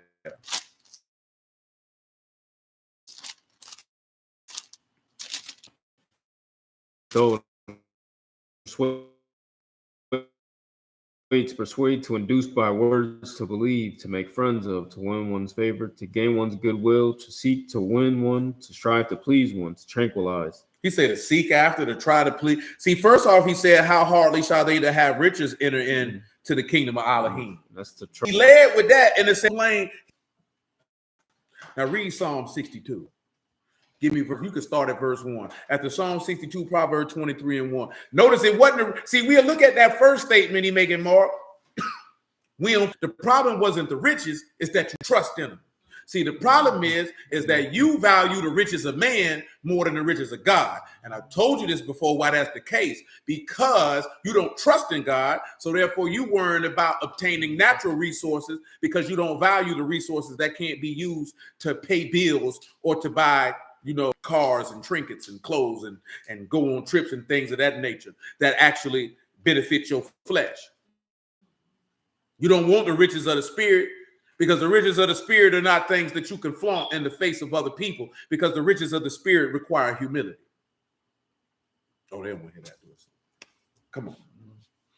It's a psalm of David. Truly my soul wait upon Yahuwah. From him my salvation. Come on. He is only my rock and my salvation, my defense. I shall not be greatly moved. How long will you imagine mischief against a man? You shall be slain, all of you. You going to get killed, nigga. As a bowing shall and as a tottering fence. They only consult to cast down from his excellency. They delight in lies. They delight in lies. They baruch with their mouth, and they shall curse it inwardly. Say, my soul, wait you only upon Elohim, for my expectation from him. He is only my rock and my salvation. My expectation is from who?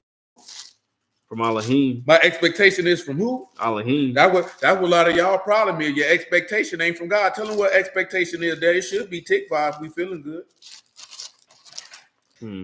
That's tikva. That's your hope. You got hope in God? Go ahead, man. That he only my rock and my salvation, my defense. He only is my rock and my salvation. And Elohim, my salvation and my esteem. See, if you ain't picked up and say, by knowledge shall your chamber be filled with all pleasant and precious riches. See, if you got the knowledge of God, remember, the just by their what? By their faith. So you see the knowledge of God. I see faith come by hearing, and hearing come by the word. He said it's written in the law that they all shall be taught of God. If you've been taught of God, what you would have pleasant and present riches in your inward parts. You know why? Because you would trust in the riches of God and not the riches of man. That's going to make that Luke 16 hit a little bit harder. Y'all know about Luke 16. We talk about it all the time. Come on. And you see how this also pertains to how the law of Yahuwah converts the soul. See, he want to turn you from a soul to a quickening ruach, to a kai ruach instead of a nephash. See, you niggas want to stay nephash and you're going to go to hell fast. Go ahead, man. And Elohim, my salvation and my esteem, the rock of my strength, my refuge, and Elohim. He said, this is the rock of my strength. This means this is the foundation of my power and the place where I look for safety. Niggas look for safety in money. You know you finna perish. How you look for safety in a debt note? For us to know that money is a debt note, a sign of money owed, and actually a sign that the humans in the United States of America are leveraged as securities against the debt, which allows them to print the money. There's absolutely no way, shape, form, or fashion you should have any trust in that whatsoever. If you do, that proves that the level of stupidity that you have cannot be quantified by any level by a human mind. Because you would have to be stupid to have that information and still put your trust in that. As he told you in Samuel, what your nigga problem is. Now, I'm gonna tell you something, right? He tell you, yeah, money answer of all things. That's a different conversation. But you know what nigga problem is? You make bonehead decisions and hope you who are gonna bail you out. And see, sometimes you who are just, I'm just let this nigga suffer for being a dummy. Because sometimes y'all niggas know, boy, I know I ought not to do that. It's one thing if you took a gamble. See, there's a difference between taking a gamble, meaning a calculated risk, and it didn't work out, and doing something that you know, like, this is not a good idea, but I'm going to do it anyway. There's a difference. Nobody ain't going to never be mad at you for taking a calculated risk. You know what I'm saying? There's a whole nother thing to be like, nigga, why did you do that? You know, we make bad decisions like that for one or two reasons. What you think them one or two reasons might be, Sid? Now that's a little different, Brother Herman, but I'm picking up what you're putting down. I ain't referring to you want to do evil. I'm not talking about doing evil. I'm talking about decision making.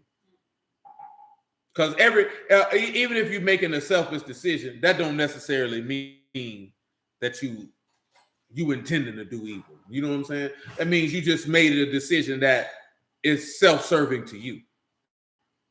You know what I'm talking about? Now, in certain instances, as a man, that is what must be done. But also as a man, knowing that he that ruleth amongst men must be just. See, this is one thing I done told y'all before, and I'm going to tell you again. I ain't never told none of y'all how to rule and run your house, because that's your house. But this body right here, this is my house. You know how we know this? How you know that, Sylvia? How can I make a statement like that? Number one, have I said that before? Okay, I didn't want to make sure I didn't say that before. So how would you know why I can make that statement? He said, I had a lot of them moments. Boy, that's stupid. I mean, depending on your age, most of young men have always had those moments of making a decision like, you know, I shouldn't do that. Now, I'm going to tell you the worst decision to make. This ain't to be in disparity. The worst decision to make is when what more than likely could be the spirit of God is when you get the warning beforehand not to do X, Y, Z, and you don't listen to it. See, that's the worst one to make. And not because it goes bad, but because you were warned to do the opposite and you didn't listen. Them be the worst ones. And not the worst ones and say the decision, the aftermath of the decision is bad, but just stewing in your mind of, I should have went with my first mind, as we like to say. Because you think about it for a longer period of time than you do. You look at something, I'm going to make this move, and it didn't work out. You don't usually dwell on that one as long as the one where I should have went with my first mind. You kind of think about that one a little longer.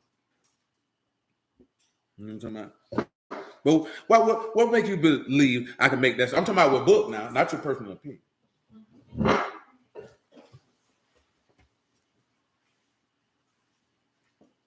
He's stuck right now. Come on, Silver. I thought you were swifter than that. They say you studious. You know what that means? Yeah, clearly studious. They said that's not black people language. Just go ahead and run 1 Timothy 3:5, man. We get on out of here. After that, Hebrews 3:1. Say, for if a man know not how to rule his own house, how shall he take care of the assembly of Elohim? See, any man, give him Hebrews 3:1. Because that's what Moses was. He was over the house. And then, of course, there's difference. See, when your house get bigger. See, now this something especially, you know what I'm saying, when you got a whole bunch of churn, like y'all niggas do. Y'all niggas got a lot of churn. You know what I'm saying? But a lot of y'all turn real close in age. You know what I'm saying? But some of y'all do have that experience of having an older sibling, and then your parents, abdicated rule to them to rule over the other siblings when you aren't present, which is what Jethro told Moses to do. And that's where you get your officers and captains. But that's contingent on the size of a congregation. Because you know why? Because what did Jethro tell Moses? Well, you ain't going to be able to handle them people. They're going to run you in the ground. You know what I'm saying? Mm-hmm. See, it's one thing to watch over 10. Remember, he said set captains over hundreds, captains over 50. You know what I'm saying? That person can handle that. One man can't handle 10,000 people. One man can't handle 15,000 people. Much less 600,000 men, not counting women and children. And see, what we talking about is not telling them what to do, but that he has to deal with everything they got going on. He got to judge. See, that's the part that people don't look at. You got to deal with everything them people got going on. Not just what they got going on in life, every strife, every controversy, all of that. You got to deal with all of that. You got to deal with all of that. Jethro say, boy, Moses, you're going to be dead, boy. You know what I'm talking about? That's also when you look in the instance in the book of Acts when they say they're not giving the Hebrew widows the food. Peter said, hey, man, check this out. He said, man, what I look like waiting tables, my nigga? That man say, man, check this out. I'm going to attend to the word and prayer and fasting. You set some faithful men over that and you let them do what they want to do and you leave me alone. Because I got something more important to do.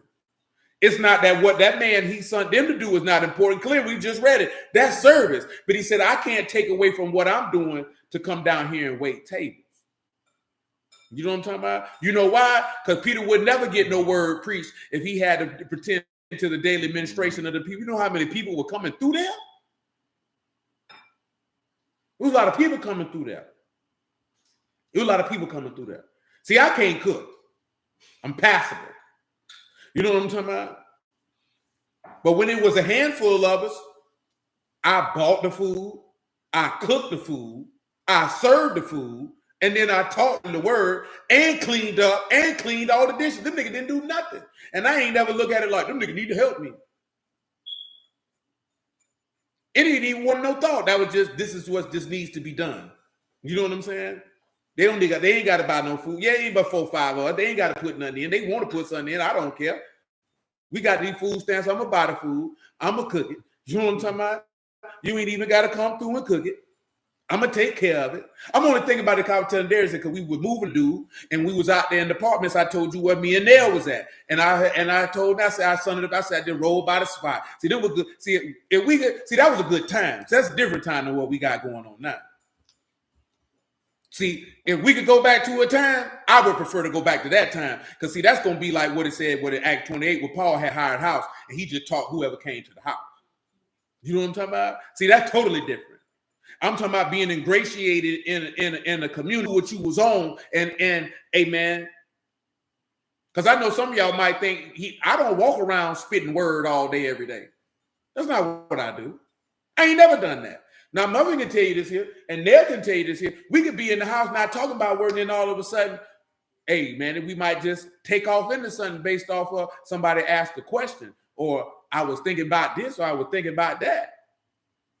Yeah, I know niggas be thinking, man, nigga, I'm just not walking around dropping lessons everywhere I go. Are you insane? What you think, I'm a robot or something? What that nigga Gino say? He said, don't be at the table talking about that long prayer over the greens. Like you like that. You know what I'm talking about? Because everybody ain't like that. Everybody act like that, try to act like they super duper spiritual off in the word. Nigga, you finna go home and beat your meat. You know what I'm talking about? For real?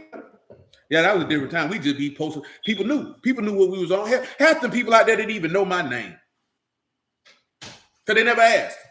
You know what I'm talking about? They just came, they just know them the people who be on that word.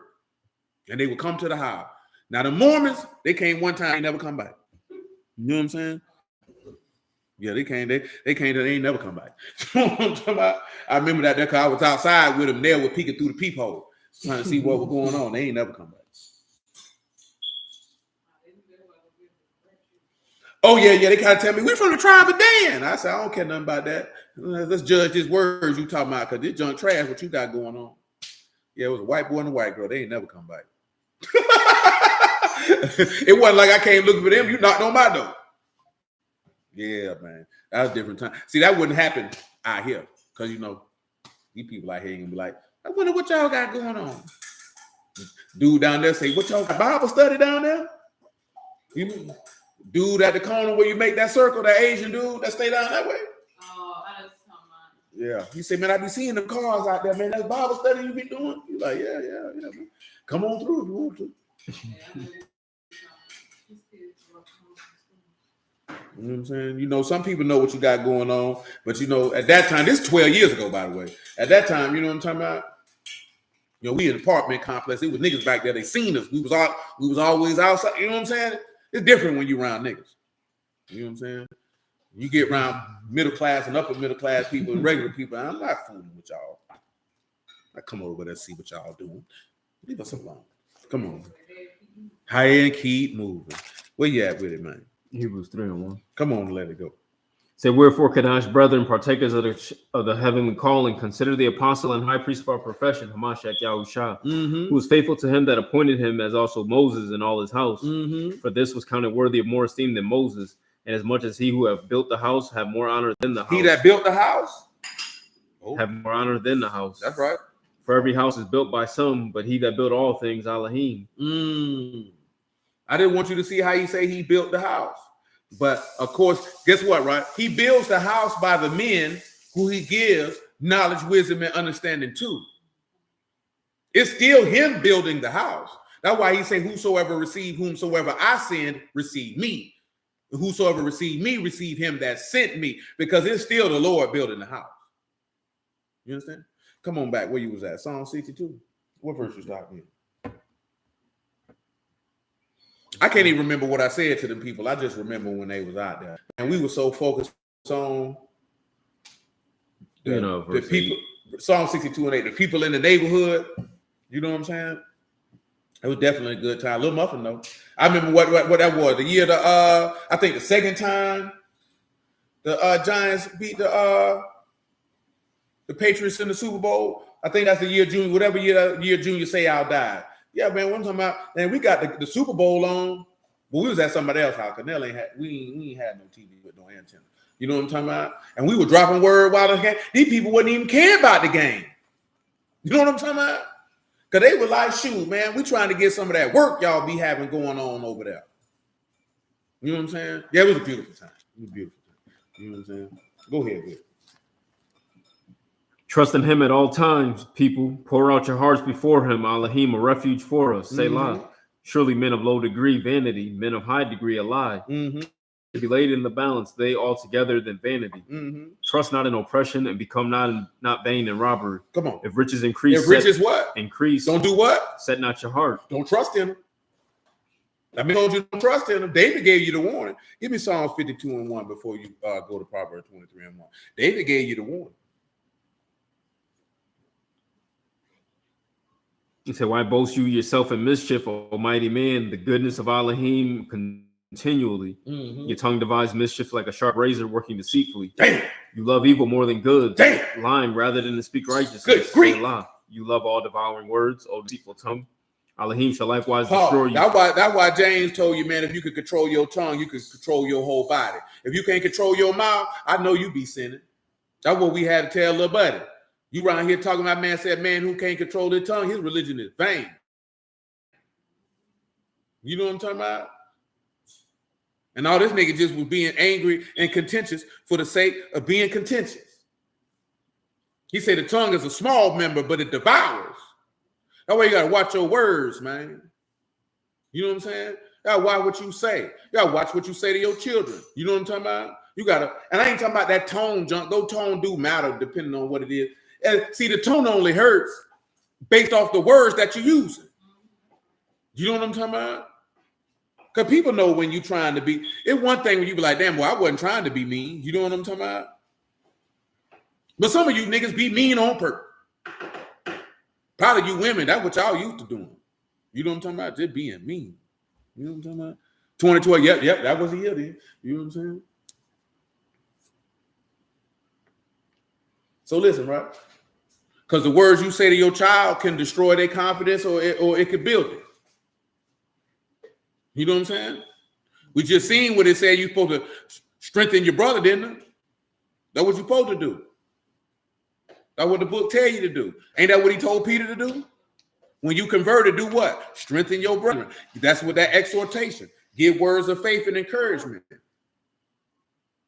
See, giving somebody encouragement is not telling them what they want to hear or strengthening them in what they want to do, especially if you can perceive that what they want to do is folly.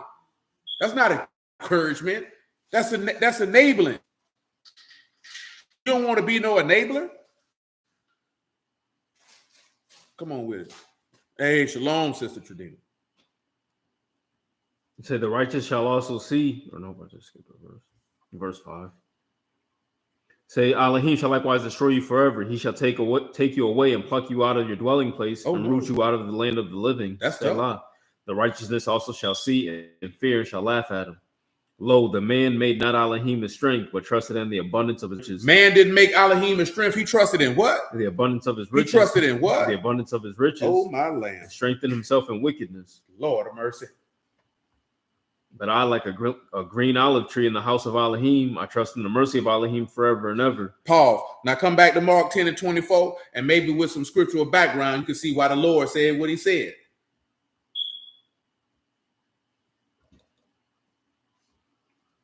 And the disciples were astonished at his words, but Yahushua answered again and said unto them, children, how hard is it for them that trust in riches to enter into the kingdom of Elohim? So notice it's the trusting in them that's the problem. We all know what it is. 1 Timothy 6 and 9. Shoot, you can make it 6 and 3 just because, and then we'll wrap this on up. We want to start something before we start delving into looking at the parallels of what these riches are about. Remember, he told you, I counsel of you to buy gold for me tried in the fire that you might be rich. So when you look at it, you're talking about gold or silver, then you go to talk about that furnace of affliction. Remember, because tribulation work patience, and patience bring forth experience, and experience hope, and not ashamed. Praise God. Come on.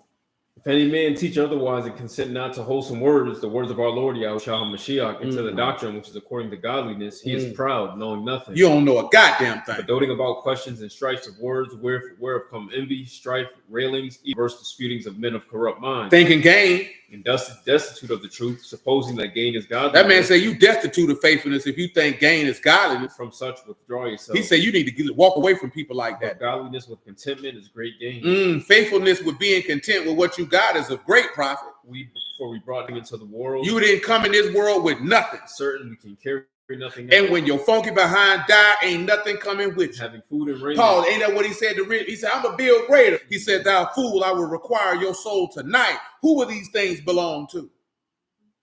Solomon told you, he said, you can gather all these things and you don't know if you're going to leave them to a wise man or a fool. He said, this is great vexation of ruach and vanity. Now listen, right? That don't mean that you want to float around life being a bum, not concerned about what it is that you want to do. As you know, he said, a good man leave an inheritance to his sons. But guess what? You can leave a natural inheritance. That's good. But you want to leave it a spiritual inheritance. That's greater. What is leaving the spiritual inheritance? By passing down the heritage by means of the covenant of the Abraham, Isaac, and Jacob manifested through the death, burial, and resurrection of Yahushua HaMashiach, by manifesting the faith and love of God to your son when you leave here. What good if you left your son some land and money, but you didn't leave him the residue of the faith of God? Nigga, you failed. You didn't leave him an inheritance. You left him death. That's what you left him. I'm talking about in the grand scheme of things. Don't look at it on no natural level. You got a natural inheritance, and then you got a greater inheritance. I'm not telling you that the natural inheritance is unimportant. I'm telling you, if you esteem the natural inheritance above the greater inheritance, you are a fool. That's what I'm telling you. Is there anything wrong with you leaving money to your son? Absolutely not. Is there anything wrong with you wanting to acquire properties and land and leaving them to your son? Absolutely not. Nothing wrong with it at all. What's wrong is if they don't have Yahuwah and that's what you left them. That means you failed. because you say you were serving a God. That's why. See, if you didn't say you wasn't serving a God, no one would have said you failed at all. But you profess to be a Yahudim. You profess that Yahuwah is your Elohim. You profess that Yahushua HaMashiach is your Lord and Master. You profess that you say you are a son of Elohim. If you haven't bequeathed that to your son, my sir, you have failed. You have failed.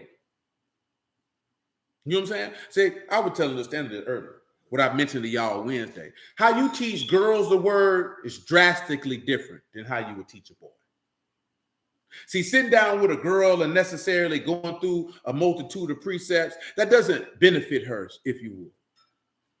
See, you know what little girls need more than anything? Number one, I said, little girls need, give me 1 Timothy 1:1. Little girls need this from their mama or their grandmama. What you finna read right? This is what little girls need. See, little girls need an example.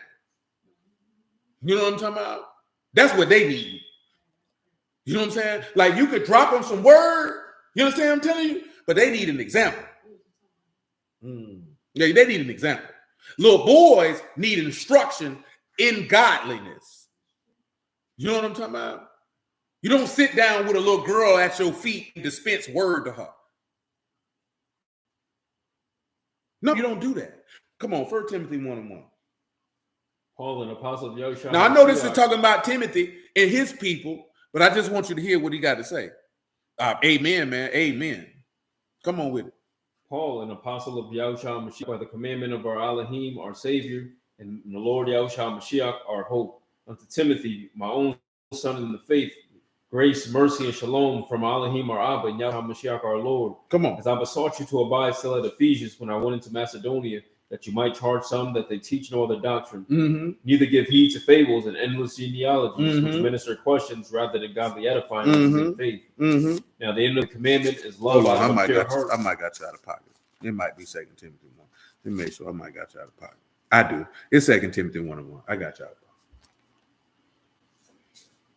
I'm talking about, I've been doing this a long time, and I still mix match them 2 letters of Timothy every time, consistently for 15 years. This ain't just no new thing. Kind of start off similar. They do. You say, Paul, an apostle of Yahushua Mashiach by the will of Elohim, according to the promise of life which is in Hamashiach Yahushua. To Timothy, my dearly beloved son, grace, mercy, shalom from Elohim the Abba and Hamashiach Yahushua our Lord. I thank Elohim who I serve from forefathers with pure conscience, that without ceasing I have remembrance of you in my prayers night and day, greatly desiring to see you, being mindful of your tears, that I may be filled with joy. He said, when I called, to remembrance the unfeigned faith that is in you, which dwelt first in who? Your grandmother Lois and your mother Eunice, and in persuading of them that in you also. So notice what he said, right? He said, I call to remembrance the unfake faith that was in your mama and in your grandma. Now, of course, this is referring to a young man, obviously. But when you're dealing with a young woman, what young women need to see is unfaked faith. That's what they're going to learn from. That's what they're going to get their experience from.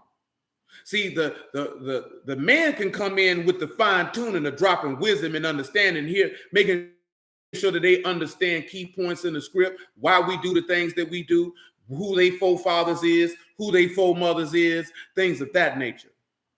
See, God mentioned it because what I would do for my son is going to be drastically different than the girls, because he has to be a marksman. You know what I'm talking about? I'm talking about a swinger of a double-edged sword. I'm talking about trained, and his hands trained in war by Yahuwah, skilled in the dispensation of the gospel of Yahushua HaMashiach. The girls don't need that. You know what I'm saying? That's not something they're going to be out here doing. They're going to get like what's in Titus from their mama. How to love their children. How to love their husband. How to be chaste and how to be modest. And how to be a faithful woman. So they can see as you see in Proverbs 31, yeah, you can get certain word, but that certain stuff, they need to learn that by watching their mama. You know what I'm talking about? Then they need to learn from watching their father actually being the man of God that he says he is. You know what I'm talking about? Giving wisdom and understanding to them as needed, when needed. Not just with word, but period. But most importantly, they need to see that both of their parents are parents of the faith. You know what I'm saying? That's what little girl needs. Ain't gonna make no sense to take Muffin and Joanne and sit them at my feet to get them what I get of my son. They never gonna be in a position where they would be able to dispense them precepts to anybody for the purpose of saving their soul. So he get trained different. He gonna be a soldier if the Lord see fit. You know what I'm talking about? That's what he gonna be. He ain't got no choice. The same way you see the sons of the prophets, this, that, there, and the third, he ain't got no choice. That's what your daddy is. What you think you is, you ain't got no choice. That's what you was born into, boy. You know what I'm talking about? His life path has been chosen. Ain't no thought process of you finna go do this and you finna go do that. If the Lord permits, you finna continue in the family business. And that's the dispensation of the word, son. That's what we do over here. It's dreams. We ain't got no dream. We ain't sleep. You know what I'm talking about? We manifest the vision of God. The vision of God is not there. We ain't in no deep sleep. We don't chase dreams over here, boy. We manifest plainly the gospel and the manifestation of the Son of the living God, son. That's what we do. That's what he gonna get told when he clear enough to think. Nah, but he ain't gonna do nothing but look at you and smile. He don't know what's going on. He gonna look and smile and say, where is that lady with them things that give me the sustenance? You know what I'm saying? Come on with it. Now you good in Timothy. Where you was at before? We finished Psalms 52. Give me Proverbs 23 and 1. Then Luke 16. When you sit to eat with a ruler, consider diligently what is before you. Put a knife to your throat if you be a man given to appetite. You need to put a knife to your throat. You be given the appetite. Be not desirous of his dainties, for they deceitful meat. That's easy. Think about it. Satan came to the Lord with dainties. He wasn't deceived by his deceitful meat. He said, no, nigga, you keep that. I don't want that. Say, labor not to be rich. Labor not to be what? To be rich. Why? Cease from your own wisdom. Cease from your own what? Your own wisdom. That's your skill. That's not God's. That's your skill. Come on. Where you set your eyes upon that which is not. You set your eyes on that which is nothing. Wings, they fly away as the eagle towards heaven. They fly away as the eagle towards heaven. Eat you not the bread of him that have an evil eye. That's good, man. I forgot. We ain't finished 1 Timothy 6. I think you stopped in verse 4.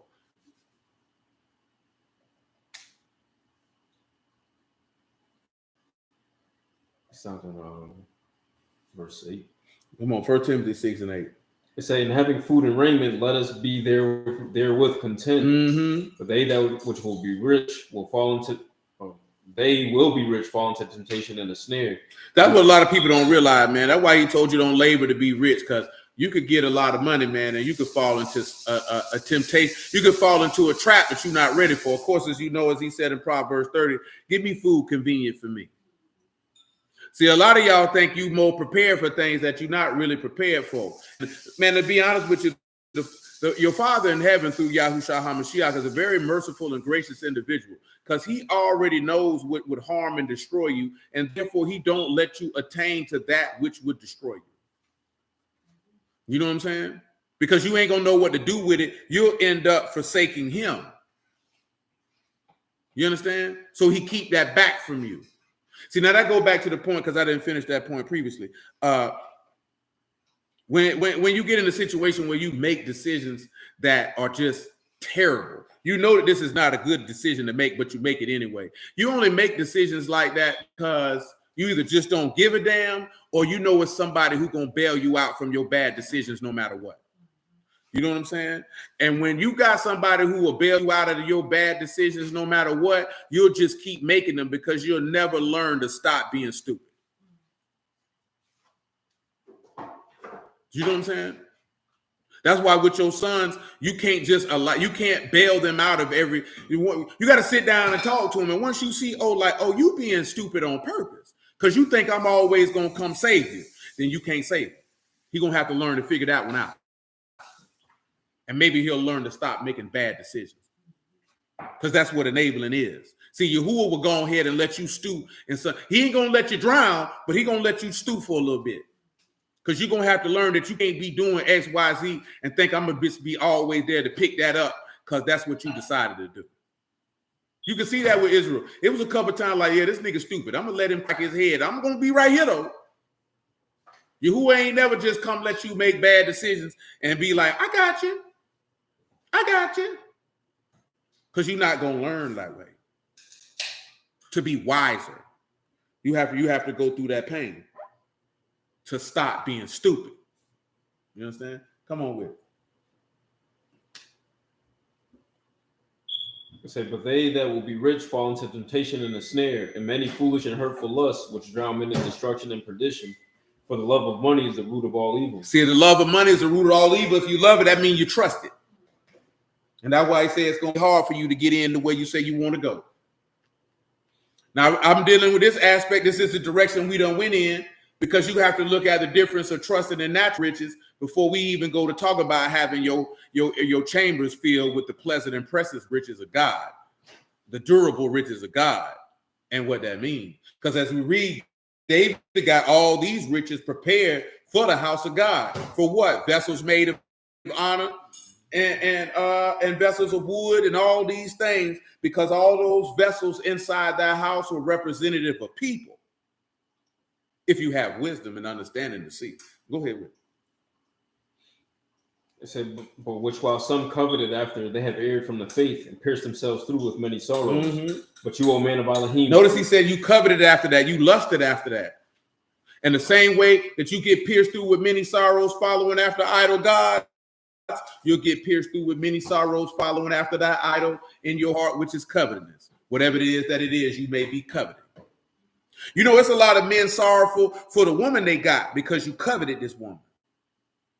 See, I'm not talking about you had a healthy desire for this woman. You had an unhealthy lust for this woman, and you couldn't see that woman wasn't no good for you. And now you pierced through with many sorrows, and now you want somebody to feel sorry for you. But we don't feel sorry for you because you stupid.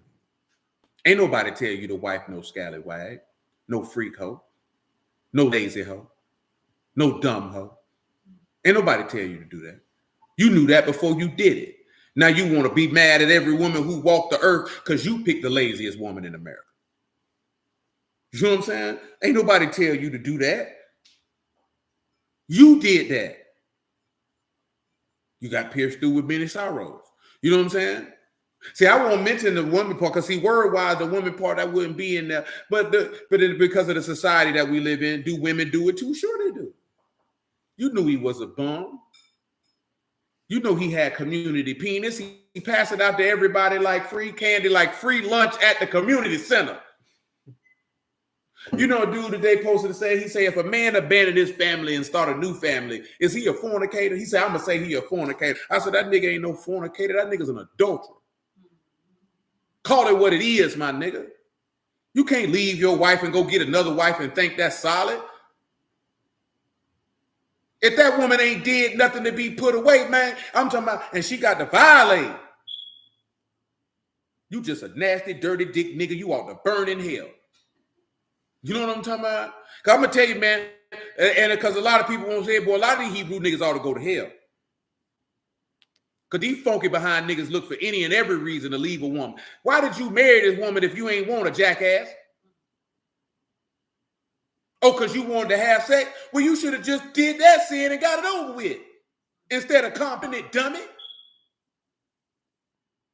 Oh, I'm going to put her away and get me another one. You getting the hell is what you're getting. And this is the thing that these niggas don't understand. Do you not understand how bad your mind is? And if your mind is that bad, guess who let your mind get like that? This don't even start on you. That's why I told you, sometimes it's not about what you're doing. It's your mindset behind what you're doing. You ain't assess your mindset and say, is this the mind of Mashiach or what I got going on? Not what would Jesus do, because you know that's what they told you when you were young. He said, let this mind be in you, the same mind that was in Yahushua HaMashiach. You supposed to have the mind of God. This how God think? That's how you gotta ask yourself, is this how God think?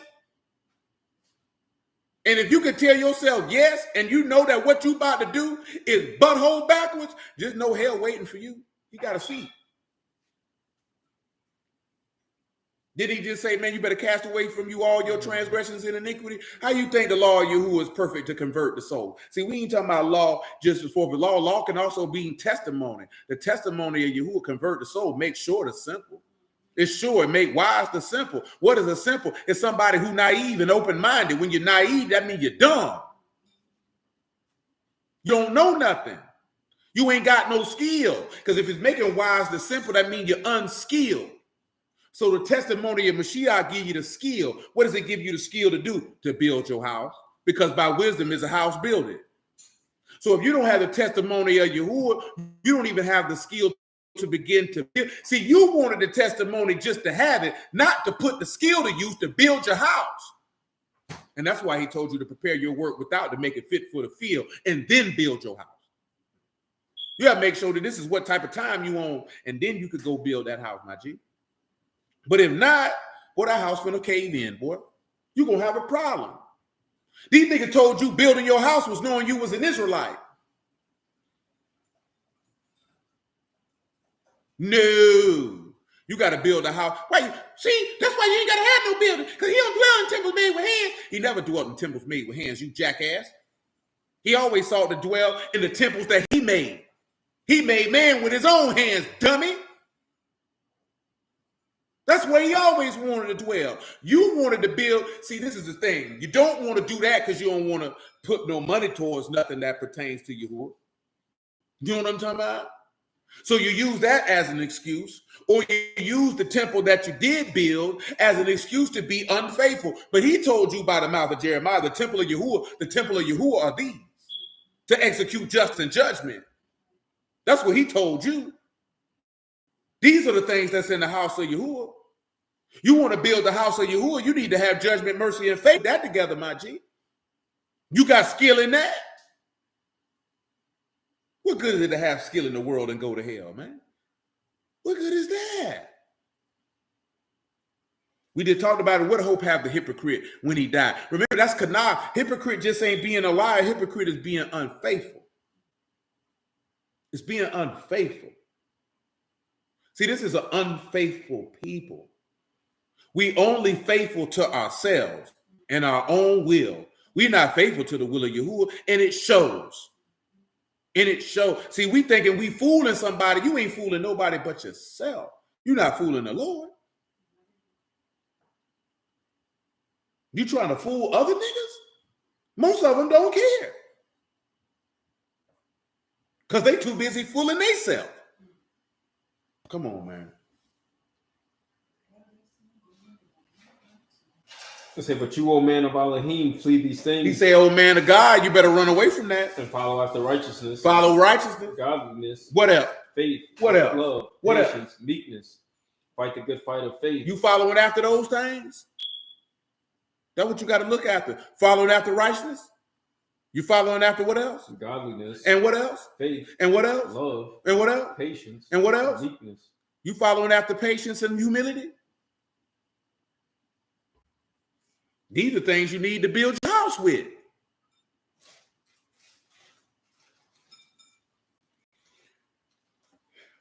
Luke 16, didn't it? Come on, man. Give me 16 and 9, man. I'm about to get off of here. That's what I'm about to do. And I say unto you, make to yourselves friends of the mammon of unrighteousness, that you, when you fail, they may receive you into everlasting habitations. He that is faithful in that which is least is faithful also in much. He that is unjust in the least is unjust also in much. If therefore you have not been faithful in the unrighteous mammon, who will commit to your trust the truth? That man said, if you ain't even been faithful with the unrighteous riches of this world, why would I give you the riches of heaven? Why would I give you that? You ain't gonna be faithful with that. Come on, man. If you have not faithful in that which is another man's, who shall give you that which is your own? No servant can serve two masters, for either he will hate the one and love the other, or else he will hold to the one and despise the other. You cannot serve Elohim and mammon. You can't trust God and money. Can't do it. Can't do it. It's impossible. Back to Mark 10 and 24.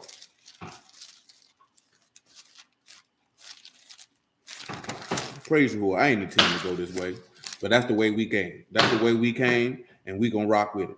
Come on with it. And the disciples were astonished at his words, but Yahushua answered again and said unto them, Children, how hard is it for them that trust in riches to enter into the kingdom of Elohim? How hard is it for them who trust in riches to enter into the dominion of Elohim? It is easier for a camel to go through the eye of a needle than for a rich man to enter into the kingdom of Elohim. And see, it's not the fact that they rich, it's the fact that they trust in them. Because Abraham was rich, but he didn't trust in him. Always remember that the key component is not that you're wealthy. Because there's men in this book who were wealthy, who were just and upright men. They didn't trust in those riches. They trusted in God greater. They didn't care about them riches. David had riches. David had riches and still was just of a man to say part the stuff to him that sat back with the stuff as him that went to the battle. Man, you got to sit back and ask yourself, man, how many of y'all niggas would have been them people, them sons of Belial that said they ain't do what we did. They shouldn't get we shouldn't get the same. Just know you going to hell. You know what I'm talking about? If you feel like equity is a problem, well, I did this, so I should get more. Just know you're going to hell, you selfish bastard. You don't think about the God, you don't think about the people, you don't think about nobody but yourself. Man, David was the king and said, and then people were talking trash. David didn't give a damn what they were talking about. That man say the same thing going to everybody. He said, this man sitting back with the stuff was just as important as the nigga who went over here. Which is why Paul say, hey, man, in the body, man, ain't one gift greater than the other. It's all the same, baby. It's for the same common cause. That's why I mentioned that with the manna. He said he that had more, didn't have more than what he needed, and he that didn't need as much didn't lack, because it wasn't about none of that. That's the mind of God, man. Simple as that. If you know you only need 3 pieces, why you taking 7? Why you doing that? You didn't need that. And the man who know he need 1, he ain't gonna lack, because all I needed was 1. I don't need 3. 1 is sufficient for me. We talking about, like I told y'all Wednesday, man, y'all been in this game too long not to be perfect. Not to have godly integrity. You know what I'm talking about? Not to have the mind of God. How you been doing this long and you ain't got this man mind by now? What the hell you been doing?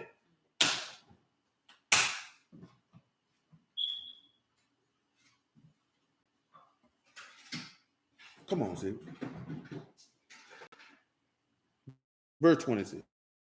Saying they were astonished out of measure. Mark 10 and 26. Saying among themselves, who then can be saved? And Yahushua looking upon them said, with men impossible, but not with Elohim. For with Elohim all things are possible. All things possible, baby. And Peter began to say unto him, Lo, we have left all and have followed you. Yahushua answered and said, Truly I say unto you, there is no man that have left house or brethren or sisters or father or mother or wife or children or lands for my sake and the gospel's, but he shall receive 100-fold now in this time, houses and brethren and mothers and children and lands, with persecutions, and in the world to come eternal life.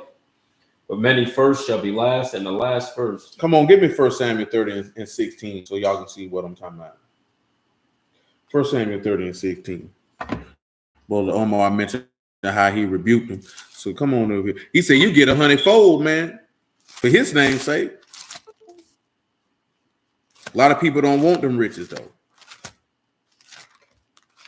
And when he had because I ain't even realize this today till my man said this today. Like, I ain't even realize it was Good Friday.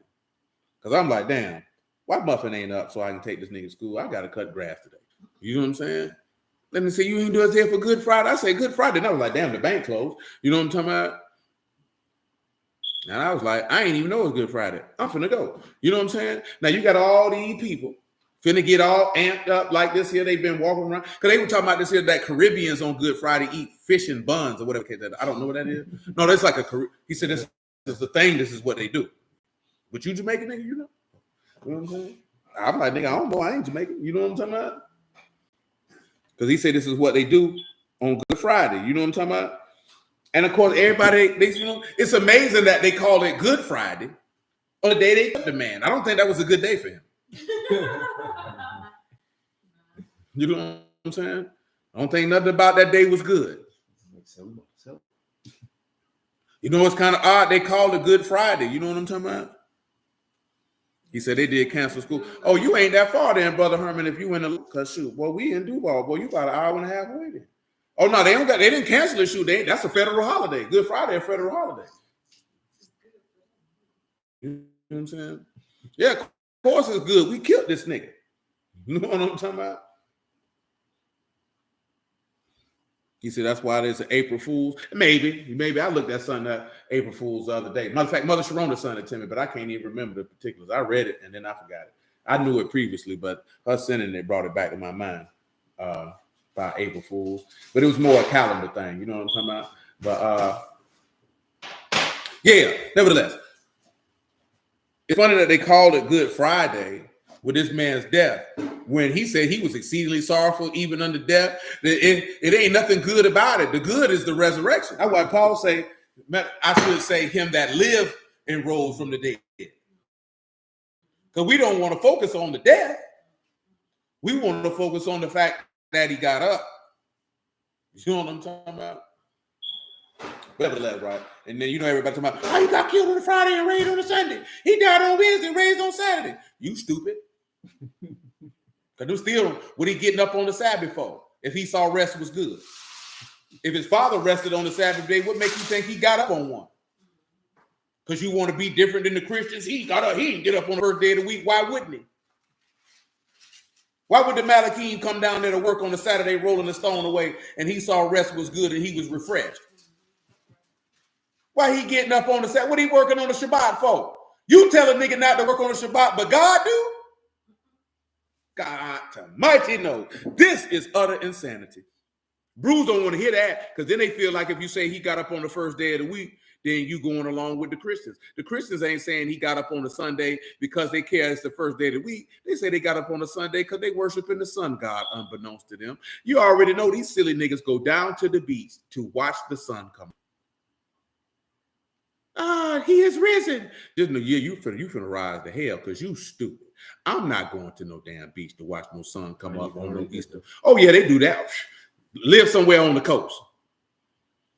If you wanted to get you a laugh, you ride down to the beach Sunday morning, and it's ironic that Easter falling on a Sunday because I don't think that's always the case.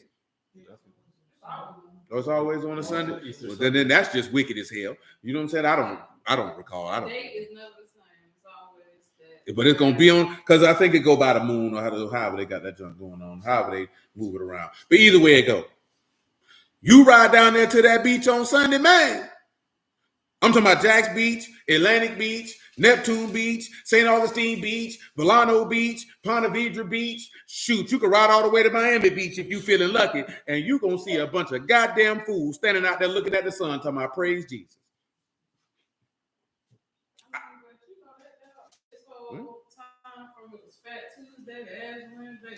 I don't even know what Fat Tuesday is. Yeah. Mardi Gras come around, Easter coming. Hold on. I've heard Fat Tuesday my whole life. I never took the time. Like I said, I ain't know Tuesday had weight. I mean, they got sin and then they pray for the Lord. Fat Tuesday, Mardi Gras festive day celebrated in France on Shrove Tuesday, the Tuesday before Ash Wednesday, which marks the close of the pre-Lenten season. The French name Mardi Gras means Fat Tuesday, from the custom of using all fats in the home before Lent in preparation for fasting and abstinence. Ain't that something that they say Mardi Gras called Fat Tuesday and all they doing is showing titties and getting drunk? That's what carnival is. That's why carnival is at the same time. Sin and then, do the ritual. Shrove Tuesday serves as a dual purpose of allowing Christians to repent of any sins they might have committed before the start of Lent on the next day, Ash Wednesday, giving them the opportunity to engage in a last round of merriment before the start of the somber Lenten season, which is characterized by making, hold on, let me see this here, bro, because I ain't never take no time to look into this, so, because I never cared. Shrove Tuesday, also known as Pancake Tuesday or Pancake Day, is the final day of Shrovetide, marking the end of pre-Lent. What is Shrovetide or pre-Lent? Begins the Christian time of preparation for Easter in the 3 weeks before Lent. This period launches a campaign of catechesis being an instruction by word of mouth religious education, reflected in liturgical readings. Liturgical, if you didn't know, is a public ritual of worship using pagan holidays to convert sinners using their customs. Yeah, man, yeah. It concluding a 3-day festival, carnival, or Shrovetide. Carnival or Shrovetide is a Christian festive season that occurs before Lent, consisting of Quinquismia or Shrove Monday, Shrove Tuesday, or Mardi Gras. Quinquisma is in Western Christian churches the last pre-Lent Sunday before the beginning, being Sunday before Ash Wednesday, the first day of Carnival or Shrovetide, known as, I didn't say you lying. Shrove Sunday, Pork Sunday. Yes, it was February 11th this year. You know what I'm saying? It was February 11th. Carnival is deep in the island. Yeah. Most definitely. It's just a brief overview right here.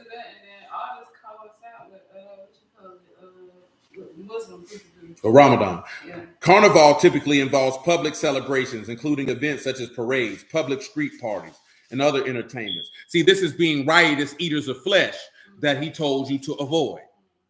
Parties and other entertainments combining some elements of a circus, elaborate costume, heightened sense of social unity. Participants often indulge in excessive consumption of alcohol, meat, and other foods that will be foregone during upcoming Lent. Traditionally, butter, milk, and other animal products were not consumed excessively. Rather, their stock was fully consumed during Shrovetide as to reduce the waste. The festival is known for being a time of great indulgence before Lent, which is a time of stressing the opposite, with drinking, overeating, and various activities of indulgence being performed. For example, pancakes, donuts, and other desserts are prepared and eaten for a final time. During Lent, lactantia and animal products are eaten less, and individuals make a Lenten sacrifice, thus giving up a certain object or activity of desire. As much during the season of Shrovetide, it is customary for Christians to ponder what Lenten sacrifices they will make for Lent. The tradition of carrying Shrovetide rods and consuming Shrovetide buns after attending church was celebrated. Looks like they're sucking penis and eating booty. On the final day of the season, Shrove Tuesday, many traditional Christians, such as Lutherans, Anglicans, and Roman Catholics, make a special point of self-examination, of considering what wrongs they need to repent and what amendments of life or areas of spiritual growth they especially need to ask in God's help in dealing with. During Shrovetide, many churches place baskets in the narthex to collect the previous year's Holy Week palm branches that were blessed and distributed during Palm Sunday.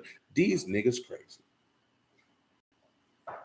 And of course, a Lenten sacrifice is the voluntary renunciation of pleasure or luxury that most Christians, especially Catholics, Lutherans, Anglicans, Methodists, Moravians, and United Protestants give up for the observance of Lent, which starts on Ash Wednesday. That's when you see them people walking around with cigarette butts on their forehead. Ash Wednesday is a holy day of prayer and fasting in many Western Christian denominations. It is preceded by Shrove Tuesday and marks the first day of Lent, the 6 weeks of penitence before Easter. Ash Wednesday was February 14th this year. It's when they did that. And of course, Lent is the solemn Christian. Now, we have talked about what Lent really is about. Observance in the liturgical year commemorating the 40 days Yahushua spent fasting in the desert. But it's really the 40 days for weeping for Tammuz. That's what they really do. That's just what they covered up with. And Lent this year was from February 14th all the way till tomorrow, March 30th or 28th. So they're getting ready to end Lent and then get ready to now we can go back to eating rods and buns. That's what it said, didn't it? A brunch of debauchery. That is correct, because it is Bacchus. It is Bacchus. It's all Bacchus. I mean, the reason why you see Mardi Gras so hard in New Orleans, considering that's the case with that, is because it's a Roman Catholic stronghold. You know what I'm saying? And the French and Roman Catholic stronghold. You know what I'm saying? So there's that. Where we was at, good sir? 1 Samuel 13:16. Yeah, go and run that. We get out of here, man. It's 11:50. It said, when he had brought them down, behold, they were spread abroad upon all the earth, eating and drinking and dancing, because of all the great spoil that they had taken out of the land of the Philistines and out of the land of Yehudah. Mm-hmm. David smote them from the twilight even until the evening of the next day. There escaped not a man of them, save 400 young men, which rode upon camels and fled. David recovered all That the Amalekites had carried away, and he rescued his 2 wives. Same way Yahushua recovered everything that Satan took away and rescued Yasharal and Yehudah. But let's go. There was nothing lacking to them, neither small nor great, neither sons nor daughters, Neither spoil, nor any that they had taken to them. David recovered all. David took all the what? Flocks and the herd. And they drave. Before those cattle. And this. David spoiled. And David came to the 200 men, which were so faint that they could not follow David, whom they had made also to abide at the brook Besor. And they went forth to meet David, to meet with the people that were with him. And when David came near to the people, he saluted them. Then answered all the wicked men of Belial and of those who went with David, and said, because they went not with us, we will not give them of the spoil that we recovered, save to every man his wife and his children, that they may leave away and depart. And then David said, you shall not do so, my brethren, with that which Yahuwah have given us, who have preserved us, delivered the company that came against us into our hands. For who will hearken unto you in this matter? But as his part that go down to the battle, so his part that tarry by the stuff, they shall what? Part alike. David say, which one of you goofy niggas gonna listen to these stupid bastards over here? That's what he let it be known. Which one of you niggas dumb enough to listen to these jackasses? And nobody said a word. Continue. He said, and it was from that day forward that he made it a statute and an ordinance for Yasharal unto this day. That man say everybody get the same thing equally, no matter what. And that take you back to that parable when he gave him that penny. Everybody getting the same thing, baby. That what you feel like you supposed to got some more. I would say they were men of Belial who thought like that. You worthless because you a selfish bastard. You know what I'm talking about? That's what you seen right there. Then. They feel like they didn't go. They shouldn't get nothing. What make you think that? You knew they were too faint to go. What's wrong with you? They ain't had the mind of God, and Dave showed it to him too. Listen what he said. Who gonna listen to you in this matter? See, David had all the pleasant and precious riches of God in his inner chamber. But we'll pick up on that on tomorrow, man. Hallelujah for Yahushua, man, because we could have kept going, but I'm not. I bless you out the house of Elohim in the name of Yahushua. I love y'all. I appreciate y'all. Y'all already know Monday night, man, it's going down. You know about Sally Sale? Yeah. He said it's going down. You know what I'm talking about? No young Sally Sale. We don't do no young job. You know what I'm saying? West Coasted, if you don't know. I salute, bro. Salute, bro. You know what I'm saying? Again, I bless you out the house of Elohim in the name of Yahushua, man. Yahuwah willing, man. We'll be back at it tomorrow, man. Just know Monday night, 8:30, man. It's going down. Nigga, shoot. Nigga, shoot. You know what I'm talking about? You around here all the time. You know what I'm saying? Y'all be thinking, this is a nice neighborhood. These niggas be shooting at each other. I don't know who they be shooting at. Like you said, each other. Peace, brother Omar, but they be shooting, man. You stay safe out here too, brother Margaret, man. Love you too, man. These dudes be shooting around here, man. Y'all pull around. This is nice, man. I told somebody the other day, I said, yeah, man, I know you ain't from here. So you'll probably come down my street and think, it's nice. I say, boy, it's meth heads up that street. And I say, boy, these niggas be around here shooting a lot. You know what I'm saying? Always about this time of night, too. What they got going on? Oh, you gonna come with me? So I bless you out the house of Elohim in the name of Yahushua, man. Love y'all. Shalom, Mika, man. Oh, I'm glad you feeling better then. I will it, man. Mika say, if she don't be here Monday, man, she'll be here Tuesday. Shalom, brother Ernest, man. You know what I'm saying? Yahuwah Baruch. So yeah, y'all willing, man, tomorrow, man. I'm gonna catch y'all on that one. Until that time.